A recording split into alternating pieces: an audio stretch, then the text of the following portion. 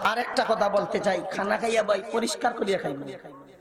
এখন কিছু খানা জুল বা তরকারি রুটি তৈয়া উঠিয়া চলে যাওয়াটা ফ্যাশন হইছে, পরিষ্কার করিয়া খাও আমার সাথে হুজুর। আর ওখানে চাই হইছে, আমি জিগেলাম এই তুই আমার লগে আইলে খাইয়া খানা খাইলে পরিষ্কার করিয়া খাইলে না, কয় দেখছি আর ওখানে চাই হইছিল পরিষ্কার করিয়া খাইলে খইব রাক্ষস হয়ে গেছি। বুঝছেন নি? এর ভিতরে ঢুকছে এটা যাবে রাক্ষস হইয়া গেছি। অথচ না, আপনি যখন খানা খাবেন বর্তনটারে পরিষ্কার করবেন। হাদিস শরীফে আছে ওই বর্তনে আল্লাহ তাআলা কুদরতি একটা জবান দিয়া দেন, ওই বর্তন আপনার জন্য দোয়া করে আতাকাল্লাহু মিনান নার কামা আতাক্তানি মিনাশ শাইতান। আল্লাহর বান্দারে, আল্লাহর বান্দিরে পরিষ্কার করে খাইয়া তুমি যেইভাবে আমারে শয়তান থেকে মুক্তি দিলা, আল্লাহ তাআলা যেন তোমারে দুজক থেকে মুক্তি দান করে। মুহতারাম হাজিরিন, পবিত্র সূরাতুল বাকারা কুরআনুল কারীমের দ্বিতীয় সূরা। কুরআনুল কারীমের ধারাবাহিকতায় নাম্বারিং এ 114 সূরার দ্বিতীয় সূরা হলো সূরা বাকারা। এটা দ্বিতীয় পর্বে নাজিল হয় নাই, নাজিল হয়েছে অনেক পরে। কুরআনুল কারীমের 114 সূরার ভিতরে যত আয়াত আছে, প্রয়োজনে সময়ে সময়ে যে সময় যত আয়াত দিবার দরকার ছিল আল্লাহ তাআলা দিয়েছেন। কিন্তু যখনই আয়াত জিবরিল আমিন নিয়ে আসছেন, তখনই নবী করিম সাল্লাল্লাহু আলাইহি ওয়াসাল্লামকে জিবরিল আমিন বলে দিতেন, ইয়া রাসূলুল্লাহ, এই আয়াত এই সূরার এত নম্বর আয়াতের পরে হবে, এই সূরার পরে এই সূরা হবে। কুরআনুল কারীমের যে ধারাবাহিকতা, কুরআনুল কারীমের যে সূরার এক আয়াতের পরে আরেক আয়াত, এটা কোনো মানুষের বানানো না, কোনো ফেরেশতার বানানো না, এটা আল্লাহ তাআলার দেওয়া। সুবহানাল্লাহ। মুহতারাম হাজিরিন, তো ধারাবাহিকতায় কুরআনুল কারীমের দ্বিতীয় সূরা সূরা বাকারা। এই সূরার বিশাল ফজিলত রয়েছে। এর মধ্যে একটা ফজিলত হলো যে সকল বাড়িঘরের মধ্যে, যে বাড়িতে, যে ঘরে, যে কামরায় জিন্নাতে ডিস্টার্ব করে, করতে পারে না? আপনারা আমার কথা বুঝেন তো? করতে পারে না? করতে পারে। জিন্নাত আছে, জিন্নাতের অস্তিত্ব যদি কেউ অস্বীকার করে, যে জিন্নাত বলতে নাই। আমাদের সমাজে কিছু ডাক্তার আছে, এরা জিন্নাত মানে না, বিশ্বাস করে না। এ যে সময় লাগায়, এ সময় ঠিকই বিশ্বাস করে। কথা ঠিক না? ঠিক। ডাক্তার সাহেব জিন্নাত বিশ্বাস করে না, বেচারার বউরে জিন্নাতে ধরছে। এখন ফাটা বাসর সিবাত পড়ছেন না নি? এখন বুজুর্গের ফানি পড়া, তেল পড়া, তাবিজ ইত্যাদির ওসিলায় যখন বেচারার ওয়াইফ সুস্থ হইল, এর আগ পর্যন্ত মেডিকেলের যা বই পড়লো, যতটা গ্রুপ নিয়ে পড়ালেখা করলো, যতটা এন্টি আছে, অ্যান্টিবায়োটিক ঔষধ আছে, একটার পর আরেকটা দিল, কলিগদের সাথে আলোচনা করলো, সিনিয়রদের সাথে পরামর্শ করলো, ঔষধের পর ঔষধ দিল, খামায় না। বউ যে বেঁচে তুইছে, সে তার ফিরে আসে না। এই এক পর্যায়ে যখন ধরা পড়লো এটারে জিন্নাতে আসর করছে, তো বুজুর্গের তাবিজ, বুজুর্গের তেল পড়া, পানি পড়া দিল, ঠেলা খাবার পরে বিশ্বাস হইল যে জিন্নাত আছে। সম্মানিত হাজিরিন, জিন্নাতের অস্তিত্ব যদি কেউ অস্বীকার করে, তার ঈমান থাকবে না। প্রমাণ কি? কুরআনুল কারীমের এক সূরার নাম আল্লাহ দান করেছেন সূরা জিন। জিন্নাতের নামে নামে, জিন জাতির নামে নামে আল্লাহ নাম দিয়েছেন সূরা জিন। জিন্নাতের অস্তিত্ব অস্বীকার করলে কোরআনের আয়াত অস্বীকার করা হবে। জিন্নাতের অস্তিত্ব অস্বীকার করলে কুরআনুল কারীমের সূরাকে অস্বীকার করা হবে। কুরআনুল কারীমের একটা অক্ষর, একটা শব্দ, একটা আয়াতকে যদি কেউ অস্বীকার করে, তার ঈমান থাকতে পারে না।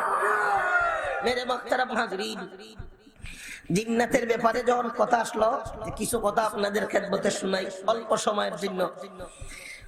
হযরত রাসূল করিম সাল্লাল্লাহু আলাইহি ওয়াসাল্লামের খেদমতে ওহী নাযিল হওয়ার আগে আগ পর্যন্ত জিন্নাতরা একজন আরেকজনের খান্দে ভর করে করে আসমান পর্যন্ত উপরের দিকে ওঠার চেষ্টা করতো, উঠতে পারতো। যাইয়া ফেরেশতারা আল্লাহর দেওয়া ফয়সালা নিয়ে পরস্পর যখন আলোচনা পর্যালোচনা করতেন, তেরা আড়াল থেকে খান ফাটাইয়া ফেরেশতারা কি কি আলোচনা করে এটা শুনিয়া গণক ঠাকুরের কাছে আইয়া কইতো, অমুকর ফুরি আম্বিয়া বেগমের অমুক তারিখ এই হইতে পারে, তুইটা কইস। এ যখন বললো, একটা সত্য কথার সাথে আরো 99টা মিছা কথা লাগাইলো, আর মানুষ বুঝলো যে গণক ঠাকুরেরা সত্য কথা বলে। আসলে গণকরা সত্য কথা বলতে পারে না, গাইবের কথা বলতে পারে না। গাইব মানে লোকাল খবর। দেখেন এই যে স্টেজের থল আপনারা দেখেননি, দেখা জানি না পর্দা আছে মাথুর না আছে দিবাস পর্দা, আপনারা তল দেখেননি, আমি দেখি না, আপনারা দেখেননি। ওই যে লোকালিটা না হইলো গাইব। স্টেজের ভিতরে লোকাল কি আছে এটা আমরাও জানি না, আমরা দেখি না। এখানে কোনো জিন্নাত থাকলে জিন্নাতেও দেখে না, কোনো ফেরেশতারাও দেখে না, একমাত্র আল্লাহ তাআলা দেখে। এটা হলো আহলুস সুন্নাত ওয়াল জামাতের সহি আকীদা। কেউ যদি মনে করে বাবা শাহজালালে স্টেজের তল দেখিলে, কেউ যদি মনে করে শাহ মুস্তাফার শাহ ফরাদ 360 আউলিয়ার সদস্য স্টেজের তল, মাটির তল, পানির তল, খালাসা, লালসা, অমুকসা তমুকসা দেখে ফেলেন, তাহলে এটা ভ্রান্ত আকীদা। গাইবের খবর, লোকাল খবর আল্লাহ ছাড়া আর কেউ জানে না। আমাদের প্রিয় নবী মুহাম্মদুর রাসূলুল্লাহ সাল্লাল্লাহু আলাইহি ওয়াসাল্লামের শান কত, জগৎবাসীর ইলমের চেয়ে উপরে নবীজি সাল্লাল্লাহু আলাইহি সাল্লামের ইলম, জগৎবাসীর উপরে প্রিয় নবী সাল্লাল্লাহু আলাইহি সাল্লামের শান, আল্লাহ তাআলার পরে জগৎবাসীর ঊর্ধ্বে আউয়াল এবং আখিরের সকল জ্ঞান নবী করিম সাল্লাল্লাহু আলাইহি সাল্লামকে আল্লাহ তাআলা দান করেছিলেন। এরপরেও আমার আপনার ইয়াকিন থাকতে হবে, আকীদা বিশ্বাস, এই কথাটা পাথরের মতো মজবুতির সাথে থাকতে হবে। আল্লাহ তাআলা নবীজিরে যেটা জানাইছেন, জানাইলে আরশ পর্যন্ত জানেন, না জানাইলে নিজের ফালঙ্গের তলের খবর পর্যন্ত জানেন না। এটা হলো আল্লাহ মাখতারাম, মাশাআল্লাহ মাখতারাম হাজিরিন। জিন্নাতেরা গাইবের খবর জানে না, কথায় কথা বাড়লো। এখন জিন্নাতরা আগে উপরের দিকে উঠতো, ফেরেশতাদের কথা পরস্পর আলোচনা পর্যালোচনা শুনিয়া এরা চুরি করিয়া কথায় নেই, গণকদের কাছে এই কথাগুলো পেশ করত। যেই সময় হযরত রাসূল করিম সাল্লাল্লাহু আলাইহি ওয়াসাল্লাম নবুয়ত প্রাপ্ত হইলেন, ওহী আসলো, ওই দিন থেকে আর জিন্নাতদের উপরের দিকে যাইতে দেওয়া হয় না। যখন ওই কোন জিন্নাত উপরের দিকে উঠতে চায়, নির্ধারিত ফেরেশতা তারকা থেকে আগুন এনে জিন্নাতের উপরে উল্কাপিণ্ড নিক্ষেপ করেন, আগুন ছেড়ে তারে জ্বালাইয়া সারকার করে দেন। জিন্নাতেরা মহা বিপদে পড়ে গেল, কি হইল রে, কি হইল, আগে উপরে উঠতে পারতাম, এখন যে উপরে উঠতে পারি না, খবর লাগাও। জিন্নাতের ফাল যাকে যাকে সারা দুনিয়ার চতুর্দিকে খবর দেওয়া আরম্ভ করেছে। ওই নির্ধারিত একদিন নবী করিম সাল্লাল্লাহু আলাইহি ওয়াসাল্লাম কয়েকজন সাহাবীদের নিয়ে তায়েফের দিকে রওনা দিয়েছেন ফজরের টাইমে। বদনে নাকলা নামে একটা খেজুরের বাগান, এই বাগানের ভিতরে ঢুকে ফজরের টাইমে 2 রাকাত নামাজ আরম্ভ করেছেন। আল্লাহর নবী তিলাওয়াত করছেন। ওই সময় জিন্নাতের পাল যারা অনুসন্ধান করার জন্য বের গিয়েছিল, তার 5 সদস্য বিশিষ্ট জিন্নাত অথবা 7 জন। তাফসীরের কিতাবে এদের নাম আছে, একজনের নাম মুনশি, আরেকজনের নাম নাসি, আরেকজনের নাম মাজের, আরেকজনের নাম এরকম নাম আছে। তাফসীরের কিতাবে লেখেন এই জিন্নাতেরা এইদিকে যায় আর তারা দয়াল নবীর তেলাওয়াত শুনে, তেলাওয়াত শোনার পরে যা করলো কোরআনুল কারীমে আল্লাহ তাআলা ফরমান, ওয়া ইসরাফনা ইলাইকা নাফারাম মিনাল জিন্নি ইয়াসতামিউনাল কুরআন ফালাম্মা হাযারুহু ক্বালু আনসিতু ফালাম্মা কুদিয়া ওয়াল্লাউ ইলা কওমিহি মুনযিরিন।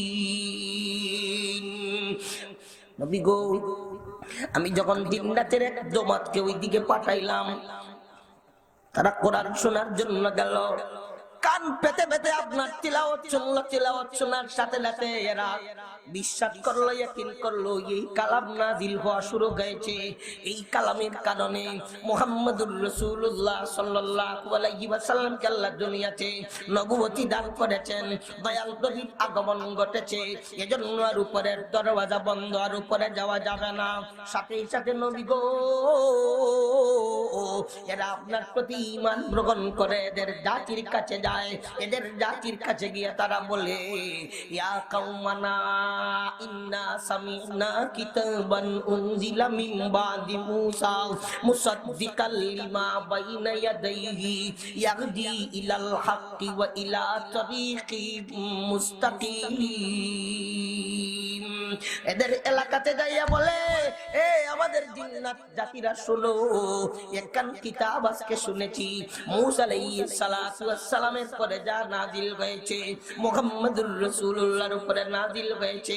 এই কিতাবে তাওরাতকে সত্যায়ন করে, তাওরাতকে তাসদীক করে, এই কিতাবে হকের পথে পথ দেখায়, এই কিতাবে জান্নাতের পথে পথ দেখায়। হে আমাদের কওমেরা, দয়াল নবী মুহাম্মদুর রাসূলুল্লাহ সাল্লাল্লাহু আলাইহি ওয়াসাল্লামের উপরে তোমরা ঈমান আনো, আমরাও ঈমান আনলাম। মুহতারাম হাজিরিন, এই পর্যন্ত আলোচনায় কি বুঝলাম? জিন্নাত আছে না নাই? হুজুর এখন না আসেনি? জিন্নাত আছে।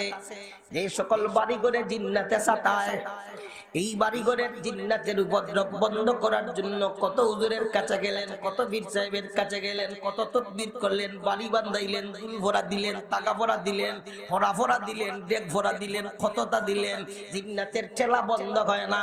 জিন্নাতের সেই ঠেলা যদি বন্ধ করতে চান, সহি শুদ্ধভাবে ঘরের ভিতরে সূরা বাকারার তিলাওয়াত আরম্ভ করেন।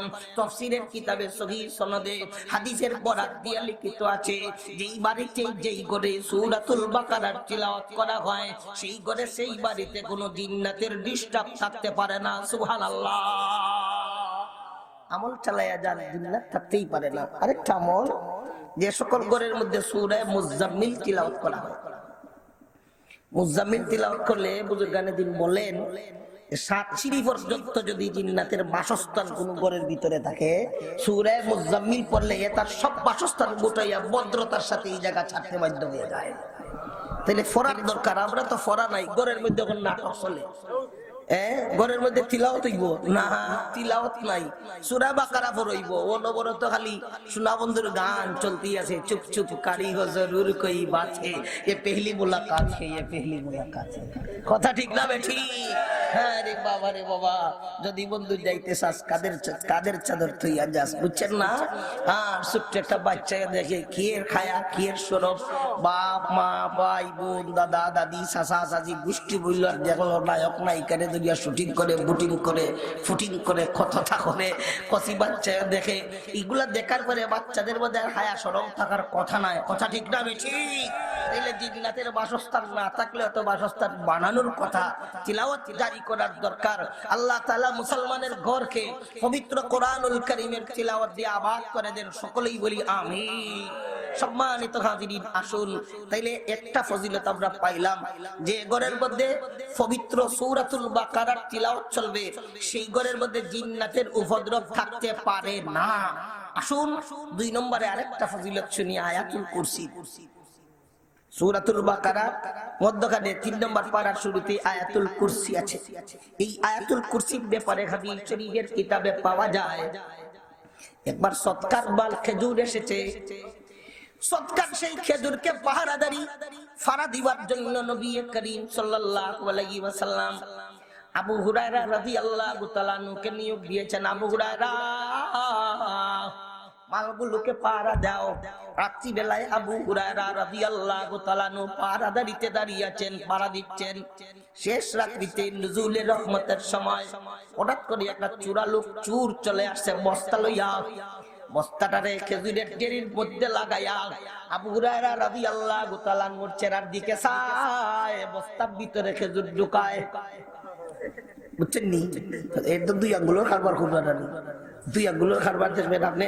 সুরমার বীজ রিক্সা ছুটছেন না নি, একজনের ঠেলাইতেছে, উচ্চা এমনি লাসিন বাড়া দেওয়ার, আর ফকেটা হেয়া তার এমনি লইয়া গেছে, আপনি হইতেই 2 আঙ্গুলের কারবারিদের অবস্থা এরকম, ঠিক না ঠিক? তারা মাজিরিন, এখন আবু হুরায়রা রাদিয়াল্লাহু তাআলা নূর দিকে চুরায় চায়, আর খেজুর ভরে। আবু হুরায়রার একটু তন্দ্রা এসেছিল, উঙ্গাডি সুরাইছে ধরছে ঠাস করিয়া, সুবহানাল্লাহ। অত বড় সাহস! তুই এখানে চলে আসলে, চোর লোকটা সুরা বেটা এখন বিনয়ের সাথে কাকুতি মিনতি করে। বুখারী শরীফের রিওয়ায়াতে আছে, মিশকাত শরীফে আছে, চূড়ায় বলে ইন্নী যায়ীফুন ওয়া আলাইয়া ইয়ালুন। ও আবু হুরায়রা, আমি বুড়া মানুষ, দুর্বল মানুষ, কাজ কারবার করার কোনো পথ পাই না, কাজের কোনো সন্ধান পাই না। বাচ্চা কাচ্চা আছে, এরা উপাসের মধ্যে আছে, জ্বালা যন্ত্রণার কারণে পেরেশান হইয়া চুরি করার জন্য চলে আসি। আবু হুরায়রা রে, দুই পায়ে ধরে মাপ চাইলাম, আর আসবো না রে আবু হুরায়রা। আবু হুরায়রা, ছেড়ে দাও, ছেড়ে দাও, যদি ছাড়ো না রে আবু হুরায়রা, সকাল বেলায় দয়াল নবীর আদালতে আমারে হাজির করবা, সুরের শাস্তি হইল হাত কাটা, আমার হাত কান কেটে দিবা, বাচ্চা কাচ্চারা আরো বিপদে পড়বে। আবু হুরায়রা দুই পায়ে ধরে মাপ চাই, ছেড়ে দাও।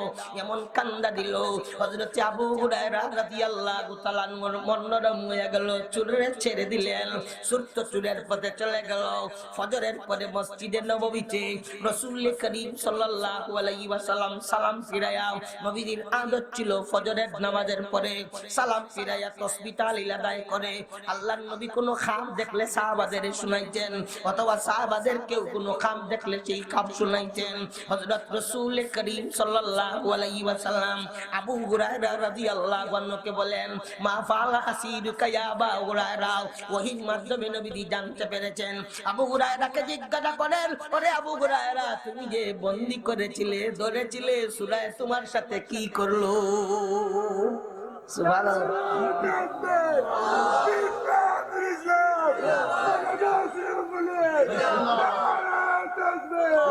মাশাআল্লাহ, বেটা যে গামতেই তাকবীর দেয়, আপনারা ওখানে আওয়াজ দিন না আর কি, তাকবীরটা দেয় কিন্তু যে গামতেই কি তা কইল। মাহতারাম মুআজিরিন, এখন আবু হুরায়রা রাদিয়াল্লাহু তাআলা আনহু আটকে উঠছেন, কি খবর? এখন আবু হুরায়রা রাদিয়াল্লাহু তাআলা আনহু বলেন, ইয়া রাসূলুল্লাহ, এমন কান্দা দিছে, তার কান্দনের কারণে আমি আর বরদাস্ত করতে পারি নাই, তারে ধরিয়া রাখার মতো আমার আর এরকম দিল পাশান করতে পারি নাই, ছেড়ে দিয়েছি। বলেছে আর আসবে না। নবীজি ফরমান, কাযাবা, মিথ্যা বলেছে, ইন্নাহু সায়াউদু, আগামী রাত্রে আবার আসবে। কোনো সন্দেহ আসেনি? নবীজি বলছেন আসবে, কথাতে কোনো সন্দেহ আসেনি, সন্দেহ নাই। পরের রাত্রিতে আবু হুরায়রা রাদিয়াল্লাহু আনহু তো মাল পাহারা দিতেছেন। ওই যখন উঙ্গানি আয়, সুট্টা হয় উঙ্গানির টাইমে, এর আগে হয় না, পরে হয় না। যখন উঙ্গানি আসছে, তন্দ্রা আসছে, ওই সময় সুর আবার আইছে। আবু হুরায়রার দিকে চায়, বস্তার ভিতরে খেজুর ঢুকায়, ঢুকানি আরম্ভ করছে। আবু হুরায়রা রাদিয়াল্লাহু তাআলা আনহু তন্দ্রা ছুটছে, ওই কত কইলে চুড়াইয়া জিপ টাট করে ধরছেন, তুই তো বলি আইতে না, আজকে বাড়াইয়ে।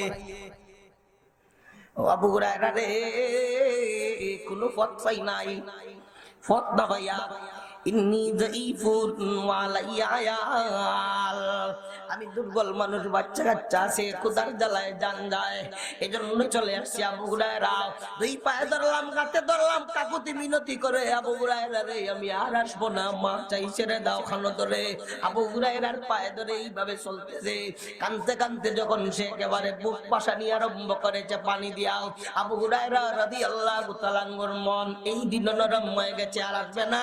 ওরে আবু হুরায়রা খানে ধরলা, আবার আসবো না, যা যা করে ছেড়ে দিলাম। আবু হুরায়রা চুরকে ছেড়ে দিলেন। পরের দিন ফজরের পরে রাসূল করিম সাল্লাল্লাহু আলাইহি ওয়াসাল্লাম এবার জিজ্ঞাসা করেন, মা ফাআলা আসিরুকা ইয়া আবু হুরায়রা, আবু হুরায়রা, তোমার বন্দী তোমার সাথে কি করলো? সুবহানাল্লাহ, মজাই তো লাগে না? আলোচনা মজা লাগবো, ফুতির কিচ্ছা কইয়া মজা লাগাইবার দরকার নাই। কুরআন না দিলে যা কিচ্ছা আছে ওগুলা কইতে কইতে শেষ করা যাবে না। মুহতারাম মুআজিরিন, রাসূল করিম সাল্লাল্লাহু আলাইহি ওয়াসাল্লামের খেদমতে আবু হুরায়রা বলেন, ইয়া রাসূলুল্লাহ, সে ঠিকই আজকে এসেছিল, কিন্তু এত কান্দা দিল, আজকে আমি তো তারে আটকায় রাখবার মতো আমার মন শক্ত রাখতে পারলাম না, ছেড়ে দিলাম। বলেছে, ইয়া রাসূলুল্লাহ, আসবে না। নবীজি ফরমান, কাযাবা, ইন্নাহু সায়াউদু, মিথ্যা বলেছে, সে আবারও আসবে। জুড়ে বলি সুবহানাল্লাহ। নবীজির কথার মধ্যে কোনো সন্দেহের বু বাতাস, এই কথাটা এখানে রাখেন। একটা ঘটনা ইয়াদ হইছে, এটাও নাইলেই পরে বাকারাও নাইলে। বুখারী শরীফের এক রিওয়ায়াতের মধ্যে আছে, আবু দাউদ শরীফও আছে, এইবার কিতাবুল জিহাদ আমি পাইছি। মক্কা শরীফের একজন গায়িকা মহিলা ছিল, ইমরাতে মুগান্নিয়া। এই গায়িকা মহিলা গান গাইতো, শুটিং বুটিং করতো। ইসলামী জগতের বিস্তার লাভ করার পরে এখন আর কাজ চলে না, মদিনা শরীফ গেছে। তো মদিনা শরীফ যাইয়া পরে আবার ঘুরিয়ে আইছে। আসার সময় খাতিব ইবনে আবি বালতাআ রাদিয়াল্লাহু তাআলা আনহু একটা চিঠি বানাইয়া এই গায়িকা মহিলার কাছে দিছিলেন। খাতিব ইবনে আবি বালতাআ রাদিয়াল্লাহু আনহু একজন ফ্রেশ সাহাবী, বদরের যুদ্ধে অংশগ্রহণকারী সাহাবী। হযরত খাতিব ইবনে আবি বালতাআ রাদিয়াল্লাহু তাআলা আনহু চিঠি দিবেন নবীজি সাল্লাল্লাহু আলাইহি সাল্লাম যে আগামীতে মক্কা শরীফে হামলা চালাইবে, এর কিছু তথ্য দিয়া। আর বলছেন গায়িকারে, তুমি এই চিঠিটা অমুক নেতার কাছে পৌঁছাই দিও। ওই সময় তো আবু সুফিয়ান নেতা। গায়িকা যখন চিঠি নিয়ে রওনা দিয়েছে, তখন ওই রাসূল করিম সাল্লাল্লাহু আলাইহি সাল্লাম ওহির মাধ্যমে জানতে পেরেছেন হযরত আলী রাদিয়াল্লাহু আনহু, যুবাইর রাদিয়াল্লাহু আনহু আর আরেকজন, তিনজন সাহাবীকে পাঠাইছেন, জলদি করে যাও। যাইতে যাইতে তোমরা রওজায়ে খাখ নামে একটা জায়গা আছে, ইশাগ্রাই দিবাবে একটা জায়গা, গোলমুকাফন এক জায়গা, মশাকলাই এক জায়গা, জটকুলাই এক জায়গা, এইভাবে রওজায়ে খাখ একটা জায়গা। নবীজি ফরমান আত্তা তাতু রওজাতা খাখিন, রওজায়ে খাখ নামে জায়গাতে যাবা।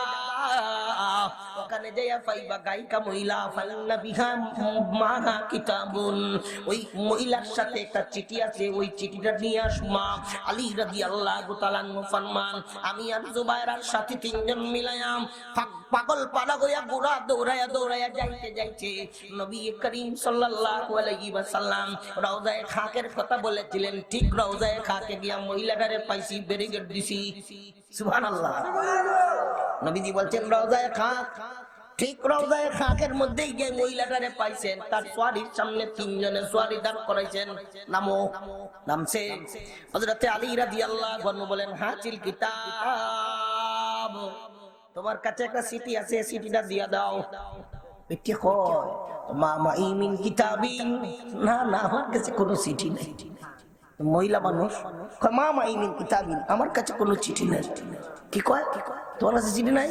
ও দেখো না, বেগ কথা কইলে দিলিছে, দেখো বেগ সোলা বস্তা যা আছে কইলে দিলিছে, দেখো কুলিয়া দেখা যায় বেগ নাই। এখন মহিলা সত্য না রাসূল করিম সত্য? রাসূল করিম সাল্লাল্লাহু আলাইহি ওয়াসাল্লাম সত্য। আল্লাহর নবী বলেছেন তার কাছে চিঠি আছে, ও অবশ্যই আছে। এবার হযরত আলী রাদিয়াল্লাহু তাআলা আনহু বলেন, ওগো উল্টা পাল্টা করো না। দয়াল নবী বলেছেন তোমার কাছে চিঠি আছে, তোমার কাছে চিঠি আছে, অবশ্যই আছে। লাতুতিয়ান্নাল কিতাব আও লানুজাররিদান্নাকি, তুমি আঞ্চলিক ভাষায় কথাটা কই, চিঠি আনবালা অঞ্চলান দিলা অন্য তোমার খবর করিয়া চেক করবো। এটা নাউজুবিল্লাহ কি কয়? এটা নাউজুবিল্লাহর কথা না, আলী রাদিয়াল্লাহু বলছেন লাতুতিয়ান্নাল কিতাব আও লানুজাররিদান্নাকি। দয়াল নবী বলেছেন তোর কাছে চিঠি আছে, ভাই ভাই চিঠিটা দিয়া দে, নতুবা কাফর করিয়া তোমার শরীরের পয়েন্টে পয়েন্টে চেক করে চিঠি বের করা হবে। চিঠি না দিলেও উপায় নাই। এই গায়িকা মহিলা যখন দেখছে আর কোনো ফট নাই, চিঠি দিতেইব। তো এক রিবায়াতের মধ্যে আছে এমনি আর ঢুকাইছে, ঢুকাইয়া খবরের তল তাকি কোমরের তল থেকে চিঠিটা বাইর করে দিছে। আরেক রিওয়ায়াতের মধ্যে আছে মাথার চুল, চুলের ভিতরে কুফা, কুফার ভিতর থেকে চিঠি বাইর করে দিছে। টুকাইয়া কেমনে পাইতে? চুলের কুফা মুহাদ্দিসিনে কেরাম লেখেন এমনি আর ঢুকাইয়া পিছন দিক দিয়ে নিয়া কোমর থেকে আনছের জন্য এক এক রাউই এক এক রকম বর্ণনা করেছেন। এক রিওয়ায়াতে পাওয়া যায় কুফার ভিতর থেকে, এক রিওয়ায়াতে পাওয়া যায় কোমরের সিফার ভিতর থেকে। যাই হোক দুনো বর্ণনাই ঠিক আছে। এইবার মহিলার যখন চিঠি দিয়া দিল, তারে স্বাধীন ছেড়ে দিলেন। আলী রাদিয়াল্লাহু তাআলা চিঠিটারে লইয়া দৌড়াইয়া রওনা দিলেন। দয়াল নবী সাল্লাল্লাহু আলাইহি ওয়াসাল্লামের খেদমতে হাজির চিঠি হাজির করলেন। এইবার চিঠি দেখা যায় ফাইদান ফিহি মিন হাতিব ইবনে আবি বালতাতা, হাতিব ইবনে আবি বালতা রাদিয়াল্লাহু তাআলা আনহুর পক্ষ থেকে মক্কার বড় বড় লিডারদের ব্যাপারে যেখানে নবীজির গোপন কিছু তথ্য ফাঁস করা হয়েছে। হযরত ওমর ইবনুল খাত্তাব রাদিয়াল্লাহু তাআলা আনহু রাসূল করিম সাল্লাল্লাহু আলাইহি ওয়াসাল্লামকে ফরমান, দানি আকতুল উনুকা হাদাল মুনাফিক, ইয়া রাসূলুল্লাহ সাল্লাল্লাহু আলাইহি ওয়াসাল্লাম, এত বড় মুনাফিক ইসলামের ইসলামের তত্ত্ব, আপনার গোপন তত্ত্ব ফাঁস করে দিল, আমাকে অনুমতি দিয়া দেন, আমি হাতিব ইবনে আবি বালতার মাথা উড়াইয়া দেই। হযরত রাসূল করিম সাল্লাল্লাহু আলাইহি ওয়াসাল্লাম হাতিব ইবনে আবি বালতাকে বলেন, ও হাতিব, ইয়া হাতিব, কি ব্যাপার, কি করলাই? হযরত হাতিব ইবনে আবি বালতা রাদিয়াল্লাহু আনহু ফরমান, লা তাজাল আলাইয়া ইয়া রাসূলুল্লাহ, ইয়া রাসূলুল্লাহ, আমার উপরে আপনি দ্রুত ফয়সালা করিয়েন না, আমার বক্তব্য শোনার চেষ্টা করেন। নবীজি বললেন, তোমার বক্তব্য শুনবো, বলো। হযরত হাতিব ইবনে আবি বালতা, যিনি বদরের বংশীদার সাহাবী, বদরি সাহাবী, আসওয়ায়ে বদরিনে, ইমাম বুখারী রাহমাতুল্লাহি আলাইহি, বুখারী শরীফ জিলদে সানি 16 নম্বর পারার 575 নম্বর পৃষ্ঠায় আসমায়ে বদরিনের একটা তালিকা এনেছেন। এখানে 45 জনের নাম এনেছেন, ইমাম বুখারীর সত্য মত পাওয়া গেছে। সেই তালিকায় আছে বাবু তাসমিয়াতে মান সুমিয়া মিন আহলে বদরিন ফিল জামি আন-নবী মুহাম্মদ ইবনে আবদুল্লাহিল হাশিমি সাল্লাল্লাহু আলাইহি ওয়াসাল্লাম, আয়াস ইবনুল বুকাইর রাদিয়াল্লাহু তাআলা আনহু, বেলাল ইবনে রাবাহ মাওলা আবি বকরিল কুরাশি রাদিয়াল্লাহু তাআলা আনহুম, হামজা ইবনে আব্দুল মুত্তালিবিল হাশিমি রাদিয়াল্লাহু তাআলা আনহুম, হাতিব ইবনে আবি বালতা তাহলিফুল লিকুরাইশ রাদিয়াল্লাহু তাআলা আনহুম, ইলা আখিরিল হাদিস। সেই আসমায়ে বদরিনের তালিকায় হাতিব ইবনে আবি বালতা রাদিয়াল্লাহু তাআলা আনহুর নাম আছে। হাতিব ইবনে আবি বালতাকে নবীজি জিজ্ঞাসা করেন, কি ব্যাপার, তুমি এরকম তত্ত্ব কেন দিলা? হযরত হাতিব ইবনে আবি বালতা রাদিয়াল্লাহু আনহু ফরমান, ইয়া রাসূলুল্লাহ, আপনার যত সাহাবী মক্কা থেকে হিজরত করে মদিনায় চলে এসেছেন, এদের বাচ্চা কাচ্চা সবাই নিয়ে মদিনায় চলে এসেছেন, এরা টেনশন মুক্ত। আর কারো কারো বাচ্চা কাচ্চা মক্কায় থাকলে এদের দেখাশোনার জন্য মক্কায় এদের কিছু পরিচিত দুস্থ বাপ মানুষ বিদ্যমান আছে। ইয়া রাসূলুল্লাহ, আমি হিজরত করে চলে এসেছি, আমার কচি কচি বাচ্চা কাচ্চারা সেখানে আছে, বেঈমানের দলের আমার ফ্যামিলির সদস্যের উপরে হামলা চালায়। আমার ইয়াকিন, আমি মুনাফিক হই নাই, আমি মুরতাদ হই নাই। যেহেতু আপনি মক্কাতুল মুকাররমায় হামলা চালাইবেন, আল্লাহ তাআলা আপনাকে বিজয় দান করবেন। এই বিজয় আল্লাহ তাআলা দিবেন, কেউ ঠেকাতে পারবে না। আমি তত্ত্ব দিয়া দিল, আমার তত্ত্ববাদে বিজয়কে কেউ ঠেকাতে পারবে না, বিজয় আটকাবে না। কিন্তু আমি চিঠি দিলাম, উদ্দেশ্য হইল বেঈমানের দলের লিডাররা আমার পক্ষ থেকে চিঠি পাওয়ার পরে আমার বাচ্চার প্রতিশোধ হয়ে যাবে। সুবহানাল্লাহ।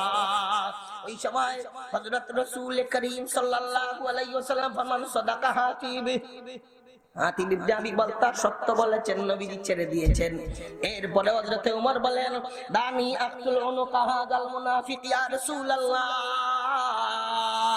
ইয়া রাসূলুল্লাহ সাল্লাল্লাহু আলাইহি ওয়াসাল্লাম, আমারে সুযোগ দিয়া দেন, মুনাফিকের মাথা উড়াইয়া দেই। দয়াল নবী ফরমান, আমা আলিম তান্নাহু কাদ শাহিদা বাদরা, আমা আলিম তান্নাহু কাদ শাহিদা বাদরা, ওয়ালা আল্লাহ তাআলা আলা আহলে বদরিন ফাকালা ইমালু মা শিতুম ফাকাদ গাফারতু লাকুম, আও কামা কালা সাইয়্যিদুনা রাসূলুল্লাহ সাল্লাল্লাহু আলাইহি ওয়াসাল্লাম। ওরে ওমর, তুমি বারবার বলো তার মাথা উড়াইয়া দিতে, তোমার কি জানা নাই সে বদরের অংশগ্রহণকারীদের একজন? তুমি জানো বদরে যারা অংশগ্রহণ করেছিলেন এদের ব্যাপারে আল্লাহ তাআলার ঘোষণা, এ বদরের অংশীদার মুহাম্মদুর রাসূলুল্লাহর সাহাবীরা, বদরের যুদ্ধের পরে তোমরা যা পারো আমল করো, আমি আজীবনের জন্য তোমাদের মাফ করে দিলাম।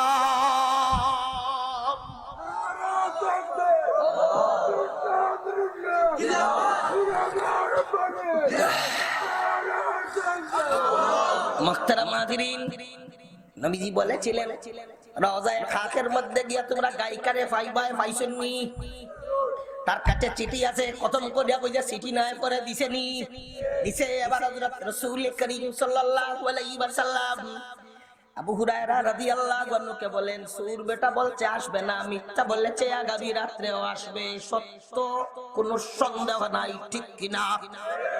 পরে রাত্রিতে আবু হুরায়রা রাদিয়াল্লাহু আনহু খুব ডাক করে প্রস্তুতি নিয়ে বইছেন, এই যাইলি পরে বান্দিলি, আজকে আইলেই বান্ধবী, এরপরে দিতে হইব, বাস খানবো, সেগুলি এটি হলো প্রস্তুতি নেওয়া। পরের রাত্রিতে যখন আবার ওই আবু হুরায়রা রাদিয়াল্লাহু আনহু তন্দ্রা উঙ্গা নিয়ে এসেছে, সূরা বেটা আজির বস্তা লইয়া আবু হুরায়রা রাদিয়াল্লাহু আনহুর দিকে চায়, জলদি বুদ্ধি করে বস্তার ভিতরে চুরির মাল লুকায় আর দর্শন ব্যাট করি আজ খানতেনি খান। এখন আবু হুরায়রা রাদিয়াল্লাহু আনহুর কাছ থেকে আজকে কেমনে ছুটি পায়? চোর লোকটা বলে, আবু হুরায়রা ইন্নী যায়ীফুন ওয়া আলাইয়া আয়াল। আবু হুরায়রা রে, বুড়া মানুষ, শরীরে শক্তি নাই, বাচ্চা কাচ্চা আছে, খাবার দাবারের ব্যবস্থা নাই, চলে এসেছি আবু হুরায়রা। তবে আবু হুরায়রা শুনো, আজকে যদি আপনি আমারে ছেড়ে দাও, আমি একটা আমল আপনাকে বাতায় দেব। সূরায়ে আমল বাতাই দিব, সূরা বাতায় আমল কইয়ে দিব। এই আয়াতের মধ্যে আছে হযরত আবু হুরায়রা রাদিয়াল্লাহু আনহু ছিলেন বড় আমলের আশিক। দেখি কি জাত আমল ক, বুঝে ধরলে ছাড়ি দিব, বুঝে ধরলে ছেড়ে দেব। তো এখন সূরা বেটায় আবু হুরায়রা রাদিয়াল্লাহু আনহু রে আমল বাতায়া দেয়। সম্মানিত হাজিরিন, ভালো করে বুঝার দরকার। ও পর্দানিসীন মা বন্ধু, তাবিজের জন্য দৌড়াইতে হবে না, আমলটা বুঝেন। সুর লোকটায় ভাই আবু হুরায়রা ইদা আওয়াইতা ইলা ফিরাশিকা, যখন বিছানার মধ্যে ঘুমে যাবা, ফাতলু আয়াতুল কুরসি, ওই সময় আয়াতুল কুরসি তেলাওয়াত করবেন। আয়াতুল কুরসি তেলাওয়াত করিয়া ঘুমাইবেন, শয়তান জিন্নাত খবিজ আপনার ধারে কাছে আসতে পারবে না। আচানক আমল বাতাইছে সূরায়, ওজা আমল তোর জানা, যা যা যা জাগি জাগি জাগি যা যা, ছেড়ে দিছে সূরা ছাড় দিছে, যা যা যা তোরে ছেড়ে দিল, ছেড়ে দিছে। এখন ছেড়ে দেওয়ার পরে ফজরের টাইমে রাসূল করিম সাল্লাল্লাহু আলাইহি সাল্লাম পরপর 2 দিন এই জিজ্ঞাসা করলেন, আজকেও জিজ্ঞাসা করেন, মা জামা ফালা সিরুকা ইয়া আবু হুরায়রা, আবু হুরায়রা তোমার বন্ধু তোমার সাথে কি আচরণ করলো? রাসূল করিম সাল্লাল্লাহু আলাইহি ওয়াসাল্লামের খেদমতে হযরত আবু হুরায়রা ফরমান, ইয়া রাসূলুল্লাহ সাল্লাল্লাহু আলাইহি ওয়াসাল্লাম, এইভাবে ঘটনা ঘটলো, আমি তারে ছেড়ে দিলাম, আমল বাতাইলো, আমলটা তো সূরার বাতানো, এবার নবীজি যা বলবেন সেটা দেখার দরকার। নবীজি ফরমান, সাদাকাকা ওয়া হুয়া কাযুব আও কামা কালা সাইয়্যিদুনা রাসূলুল্লাহ সাল্লাল্লাহু আলাইহি ওয়াসাল্লাম। আবু হুরায়রা কথা যেটা বলেছে সত্য বলেছে, সত্যায়ন করার কারণে এখন এটা নবীজির কথা হইয়া গেল, হাদিস হইয়া গেল। সে মিথ্যাবাদী, সে বেঈমান, তবে কথা সত্য, কথা সত্য, আমল সত্য। রাত্রি বেলায় বা ঘুমে যাবার সময় আয়াতুল কুরসি তেলাওয়াত করো, তো ঘুমাইলে জিন্নাত শয়তানে যে কোনো ডিস্টার্ব করতে পারে না। এইবার দয়াল নবী আবু হুরায়রাকে বলেন, আরে আবু হুরায়রা, জানো জানো জানো আজকে 3 দিন যাবত কারে তুমি ধরো আর কারে তুমি ছাড়ো? না ইয়া রাসূলুল্লাহ, যাকা শয়তান, সে নিজেই ছিল শয়তান, এসেছিল আল্লাহর জিকির থেকে তোমাকে গাফিল রেখে সুরের বান্দরে কিছু ডিস্টার্ব করতে। জুড়ে বলি সুবহানাল্লাহ। 2টা ফজিলত শুনলাম, আরো যদি ফজিলত হইতে আজকে ফজিলত হইতে হইতে শেষ হইব আর না। সব ফজিলত একসাথে কইলে ইয়াদ থাকতো না, 2টা কইলাম। একটা গরের মধ্যে বাড়ির মধ্যে সূরা বাকারার তিলাওয়াত হইতো, আমরা করব ইনশাআল্লাহ। নাচ গান বাজনা বন্ধ করি আর সূরা বাকারা তিলাওয়াত জারি করি, আর আয়াতুল কুরসি পড়িয়া পড়িয়া ঘুমাই। বাচ্চা কাচ্চারা আয়াতুল কুরসি শিখান, মা বাবা পড়বা, বাচ্চা কাচ্চারা দেখে দেখে পড়বো। মা যদি খালি আশ্রয়, খালি সিরিন দিয়ে খালি মাথা আশ্রয় দিয়ে দেখুন, ক্রিম আলতা টুথ ফালিশ তাফালিশ ও তাফালিশ ফালিশের করে ফালিশ মারতে দেখুন। বাচ্চা কাচ্চা যেটা উঠছে কেউ ফালিশ করবো, কইলেও ফালিশ করবো, ফুরিয়ে তার উপায় নাই, ট্রেনিং পাইব ফালিশ করার। মাতেন না, ফালিশ পড়াই না, তিলাওয়াত করা শিখায়। আসুন সামনে আগাই। সূরাতুল বাকারা 1 নম্বর পর্বের আলোচনা শেষ, ফজিলত শুনলাম। আল্লাহ আমাদের আমলের তৌফিক দান করেন, বলি আমিন। 2 নম্বর, বাকারার নাম কেমনে হইল? বাকারা আরবি শব্দ, কোরআনুল কারীমের ভাষা। বাকারা শব্দের বাংলা অর্থ হইল গাবি। গাবি মানে গাই, গরুর গাই। আমরা আঞ্চলিক ভাষায় কি হয়? গাই। এমনও জমানাইতে পারে বাচ্চা কাচ্চারা গাইও চিনত না। 10, 15, 20 বছর আগে তো গরু ফালার প্রচলন ছিল, আর লাঙ্গল জল দিয়ে আল্লাহর সিস্টেম ছিল। এখন আর গরু ফালা নাই, এখন আর দুধ খাইবার গাই নাই, এখন আর দুধ আছে। এরা পাউডার আর শ্যাম্পুর ফেনা মিশাইয়া দুধ বানাই দিব, খাও। ঢাকা রাজধানী খবর পাইছি, অর্থাৎ 20 লিটার দুধ বানাইলায় এই 100 টাকার শ্যাম্পু দিয়া। নাউজুবিল্লাহ মিন যালিক। পাউডারের দুধ বাইরেছে। এখানে একটা কথা আমার ইয়াদ হয়েছে, পরে আমার ইয়াদ থাকতে পারবে না, আলোচ্য বিষয় তালে তালে ইয়াদ হইব, নতুবা ইয়াদ হবে না। জন্য জরুরি একটা কথা বলে দিই, যে আমরা কিছু জিনিস খাই, বানাই, নুডলস আছে না, খাই। তারপরে ক্যান্ডি মানে চকলেট বকলেট আছে না, সক সক মামা তো আছেই, দুম বাচ্চাদের সক সক মামা, সকবিন, ক্যান্ডি, চকলেট বকলেট যা আছে দিলেন। তারপরে নুডলস আনলেন, আরো আরো সেমাই আনলেন, ইত্যাদি যত খাদ্য দ্রব্য রেডিমেড প্রস্তুতকৃত পাওয়া যায়। এই সকল জিনিসের মধ্যে অনেক খাবার আছে যেই খাবারের মধ্যে শুয়োরের কোনো না কোনো কিছু অংশ দেওয়া হয়। নাউজুবিল্লাহ কইতা না নি? তো শুয়োরের অংশ দিয়া আগে এই ফ্যাক্টরিওয়ালারা এই অংশগুলার দিছে যে শুয়োরের নাম উল্লেখ করতে। মুসলমানরা তো শুয়োরের নাম শুনলে কিনবে না। এখন মুসলমানদের দুকা দিবার জন্য বাংলাদেশ সরকারের কাছে শুয়োরের পণ্য সাথে জড়িত এক একটা পণ্যের সাথে তারা একটা কোড নাম্বার বানাইছে। এই কোড নাম্বার থাকলেই বুঝতেইব যে শুয়োরের কোনো না কোনো অংশই খাদ্যের মধ্যে আছে। এটা দিয়া হয়েছে বাংলাদেশ বাণিজ্য মন্ত্রণালয় বা এই সংশ্লিষ্ট মন্ত্রণালয়ের মধ্যে এই কোডটা আছে। তো অনুসন্ধানী মুসলমান সাংবাদিকরা তো গুমো নাই, এরা খুঁজে বাইর করছে, এইটা নেটস আছে। নেট থেকে আমার ভাই মৌলানা হুসাইন এটা খুব পারদর্শী, বেচারা বাইর করে আমার এই নাম্বার গুলা দিচ্ছেন। আমি এটা এখন বয়ানে সারা আরম্ভ করছি। যারা নেট চালায় এরা নেট দিয়া, যারা ফেসবুক চালান এটা ফেসবুক দিয়া এটা জানাই দেন, আপনারাও ঢুকবেন। দেখেন আমি কিছু নাম্বার কই, আমার মোবাইলে সেভ করিয়ে রাখছি, কইতাম নি। দেখেন আপনি লেখা পাবেন ই, অত ইংলিশ করিয়া না বাংলায় পাবেন রসই, ই দিয়া কিছু নাম্বার পাবেন। নাম্বার হলো ই 100 করে 100 লিখতে হবে না, আমি মেসেজ দিয়ে দিব করে। ই দিয়া 100, 110, 120, 140, 141, 153 এলো 100 করে। ই দিয়া 200 করে 210, 213, 214, 216, 234, 252, 270, 280, 300 করে ই 325, 326, 327, 334, 335, 336, 337, 400 করে ই দিয়া 422, 430, 431, 432, 433, 434, 435, 436, 440, 470, 471, 472, 473, 474, 475, সবটির সাথে ই থাকবো। 475, 476, 477, 478, 481, 482, 483, 491, 492, 493, 494, 495 এগুলো 400 গড়। 500 গড়ে ই 542, 570, 572, 600 গড়ে ই 631, ই 635, 900 গড়ে ই 904। এই যে কতটা কোড নাম্বার হইলাম, যে খাদ্য দ্রব্যের মধ্যে এই নাম্বার হইবেন বুঝবেন শুয়োরের কোনো না কোনো একটা অংশ আছে। নাউজুবিল্লাহ। এদিন আমার একজন একটা চকলেট দিছে, হুজুর খাইন গো লাভা লইব। আমার তো জানা আছে ই খবরটা ঢুকাইছি, বড় গেছি গিয়ে মিলে দেখি ই 300 গড়ের কত মিলছে। নাউজুবিল্লাহ মিলে। আচ্ছা এখন বলতে চাই যে নুডলস খাই, বয়ান শোনা করে অতীতে যা খাইছেন তো না জানিয়া খাইছেন, না খাইছি, এটার জন্য আল্লাহর কাছে মাফ চাই। এখন জানার পরে এটা তো মানার দরকার। দেখেন গুনাহ হইলে গুনাহ মাফ করে এবার পথ কি? আপনাদের কষ্ট হইতেছে নি? যে তথ্যটা দিছি এই তথ্য কেউ দিবে না, কোনো বক্তাই না, কেউ দেয় না। কিছু তথ্য মত দেওয়ার দরকার। কিয়ামতের ময়দানে আল্লাহ তাআলা জিজ্ঞাসা করবেন ওয়াজ করলা লম্বা লম্বা খাম পাইলে কি তা করছিলা? কথা ঠিক না? ঠিক। মুহতারাম হাজিরিন, একটু বুঝার দরকার। গুনার মাসুল, যে গুনার মাসুল দেওয়া যায় এটা মাসুল দিবেন, এরপরে মাফ চাইবেন।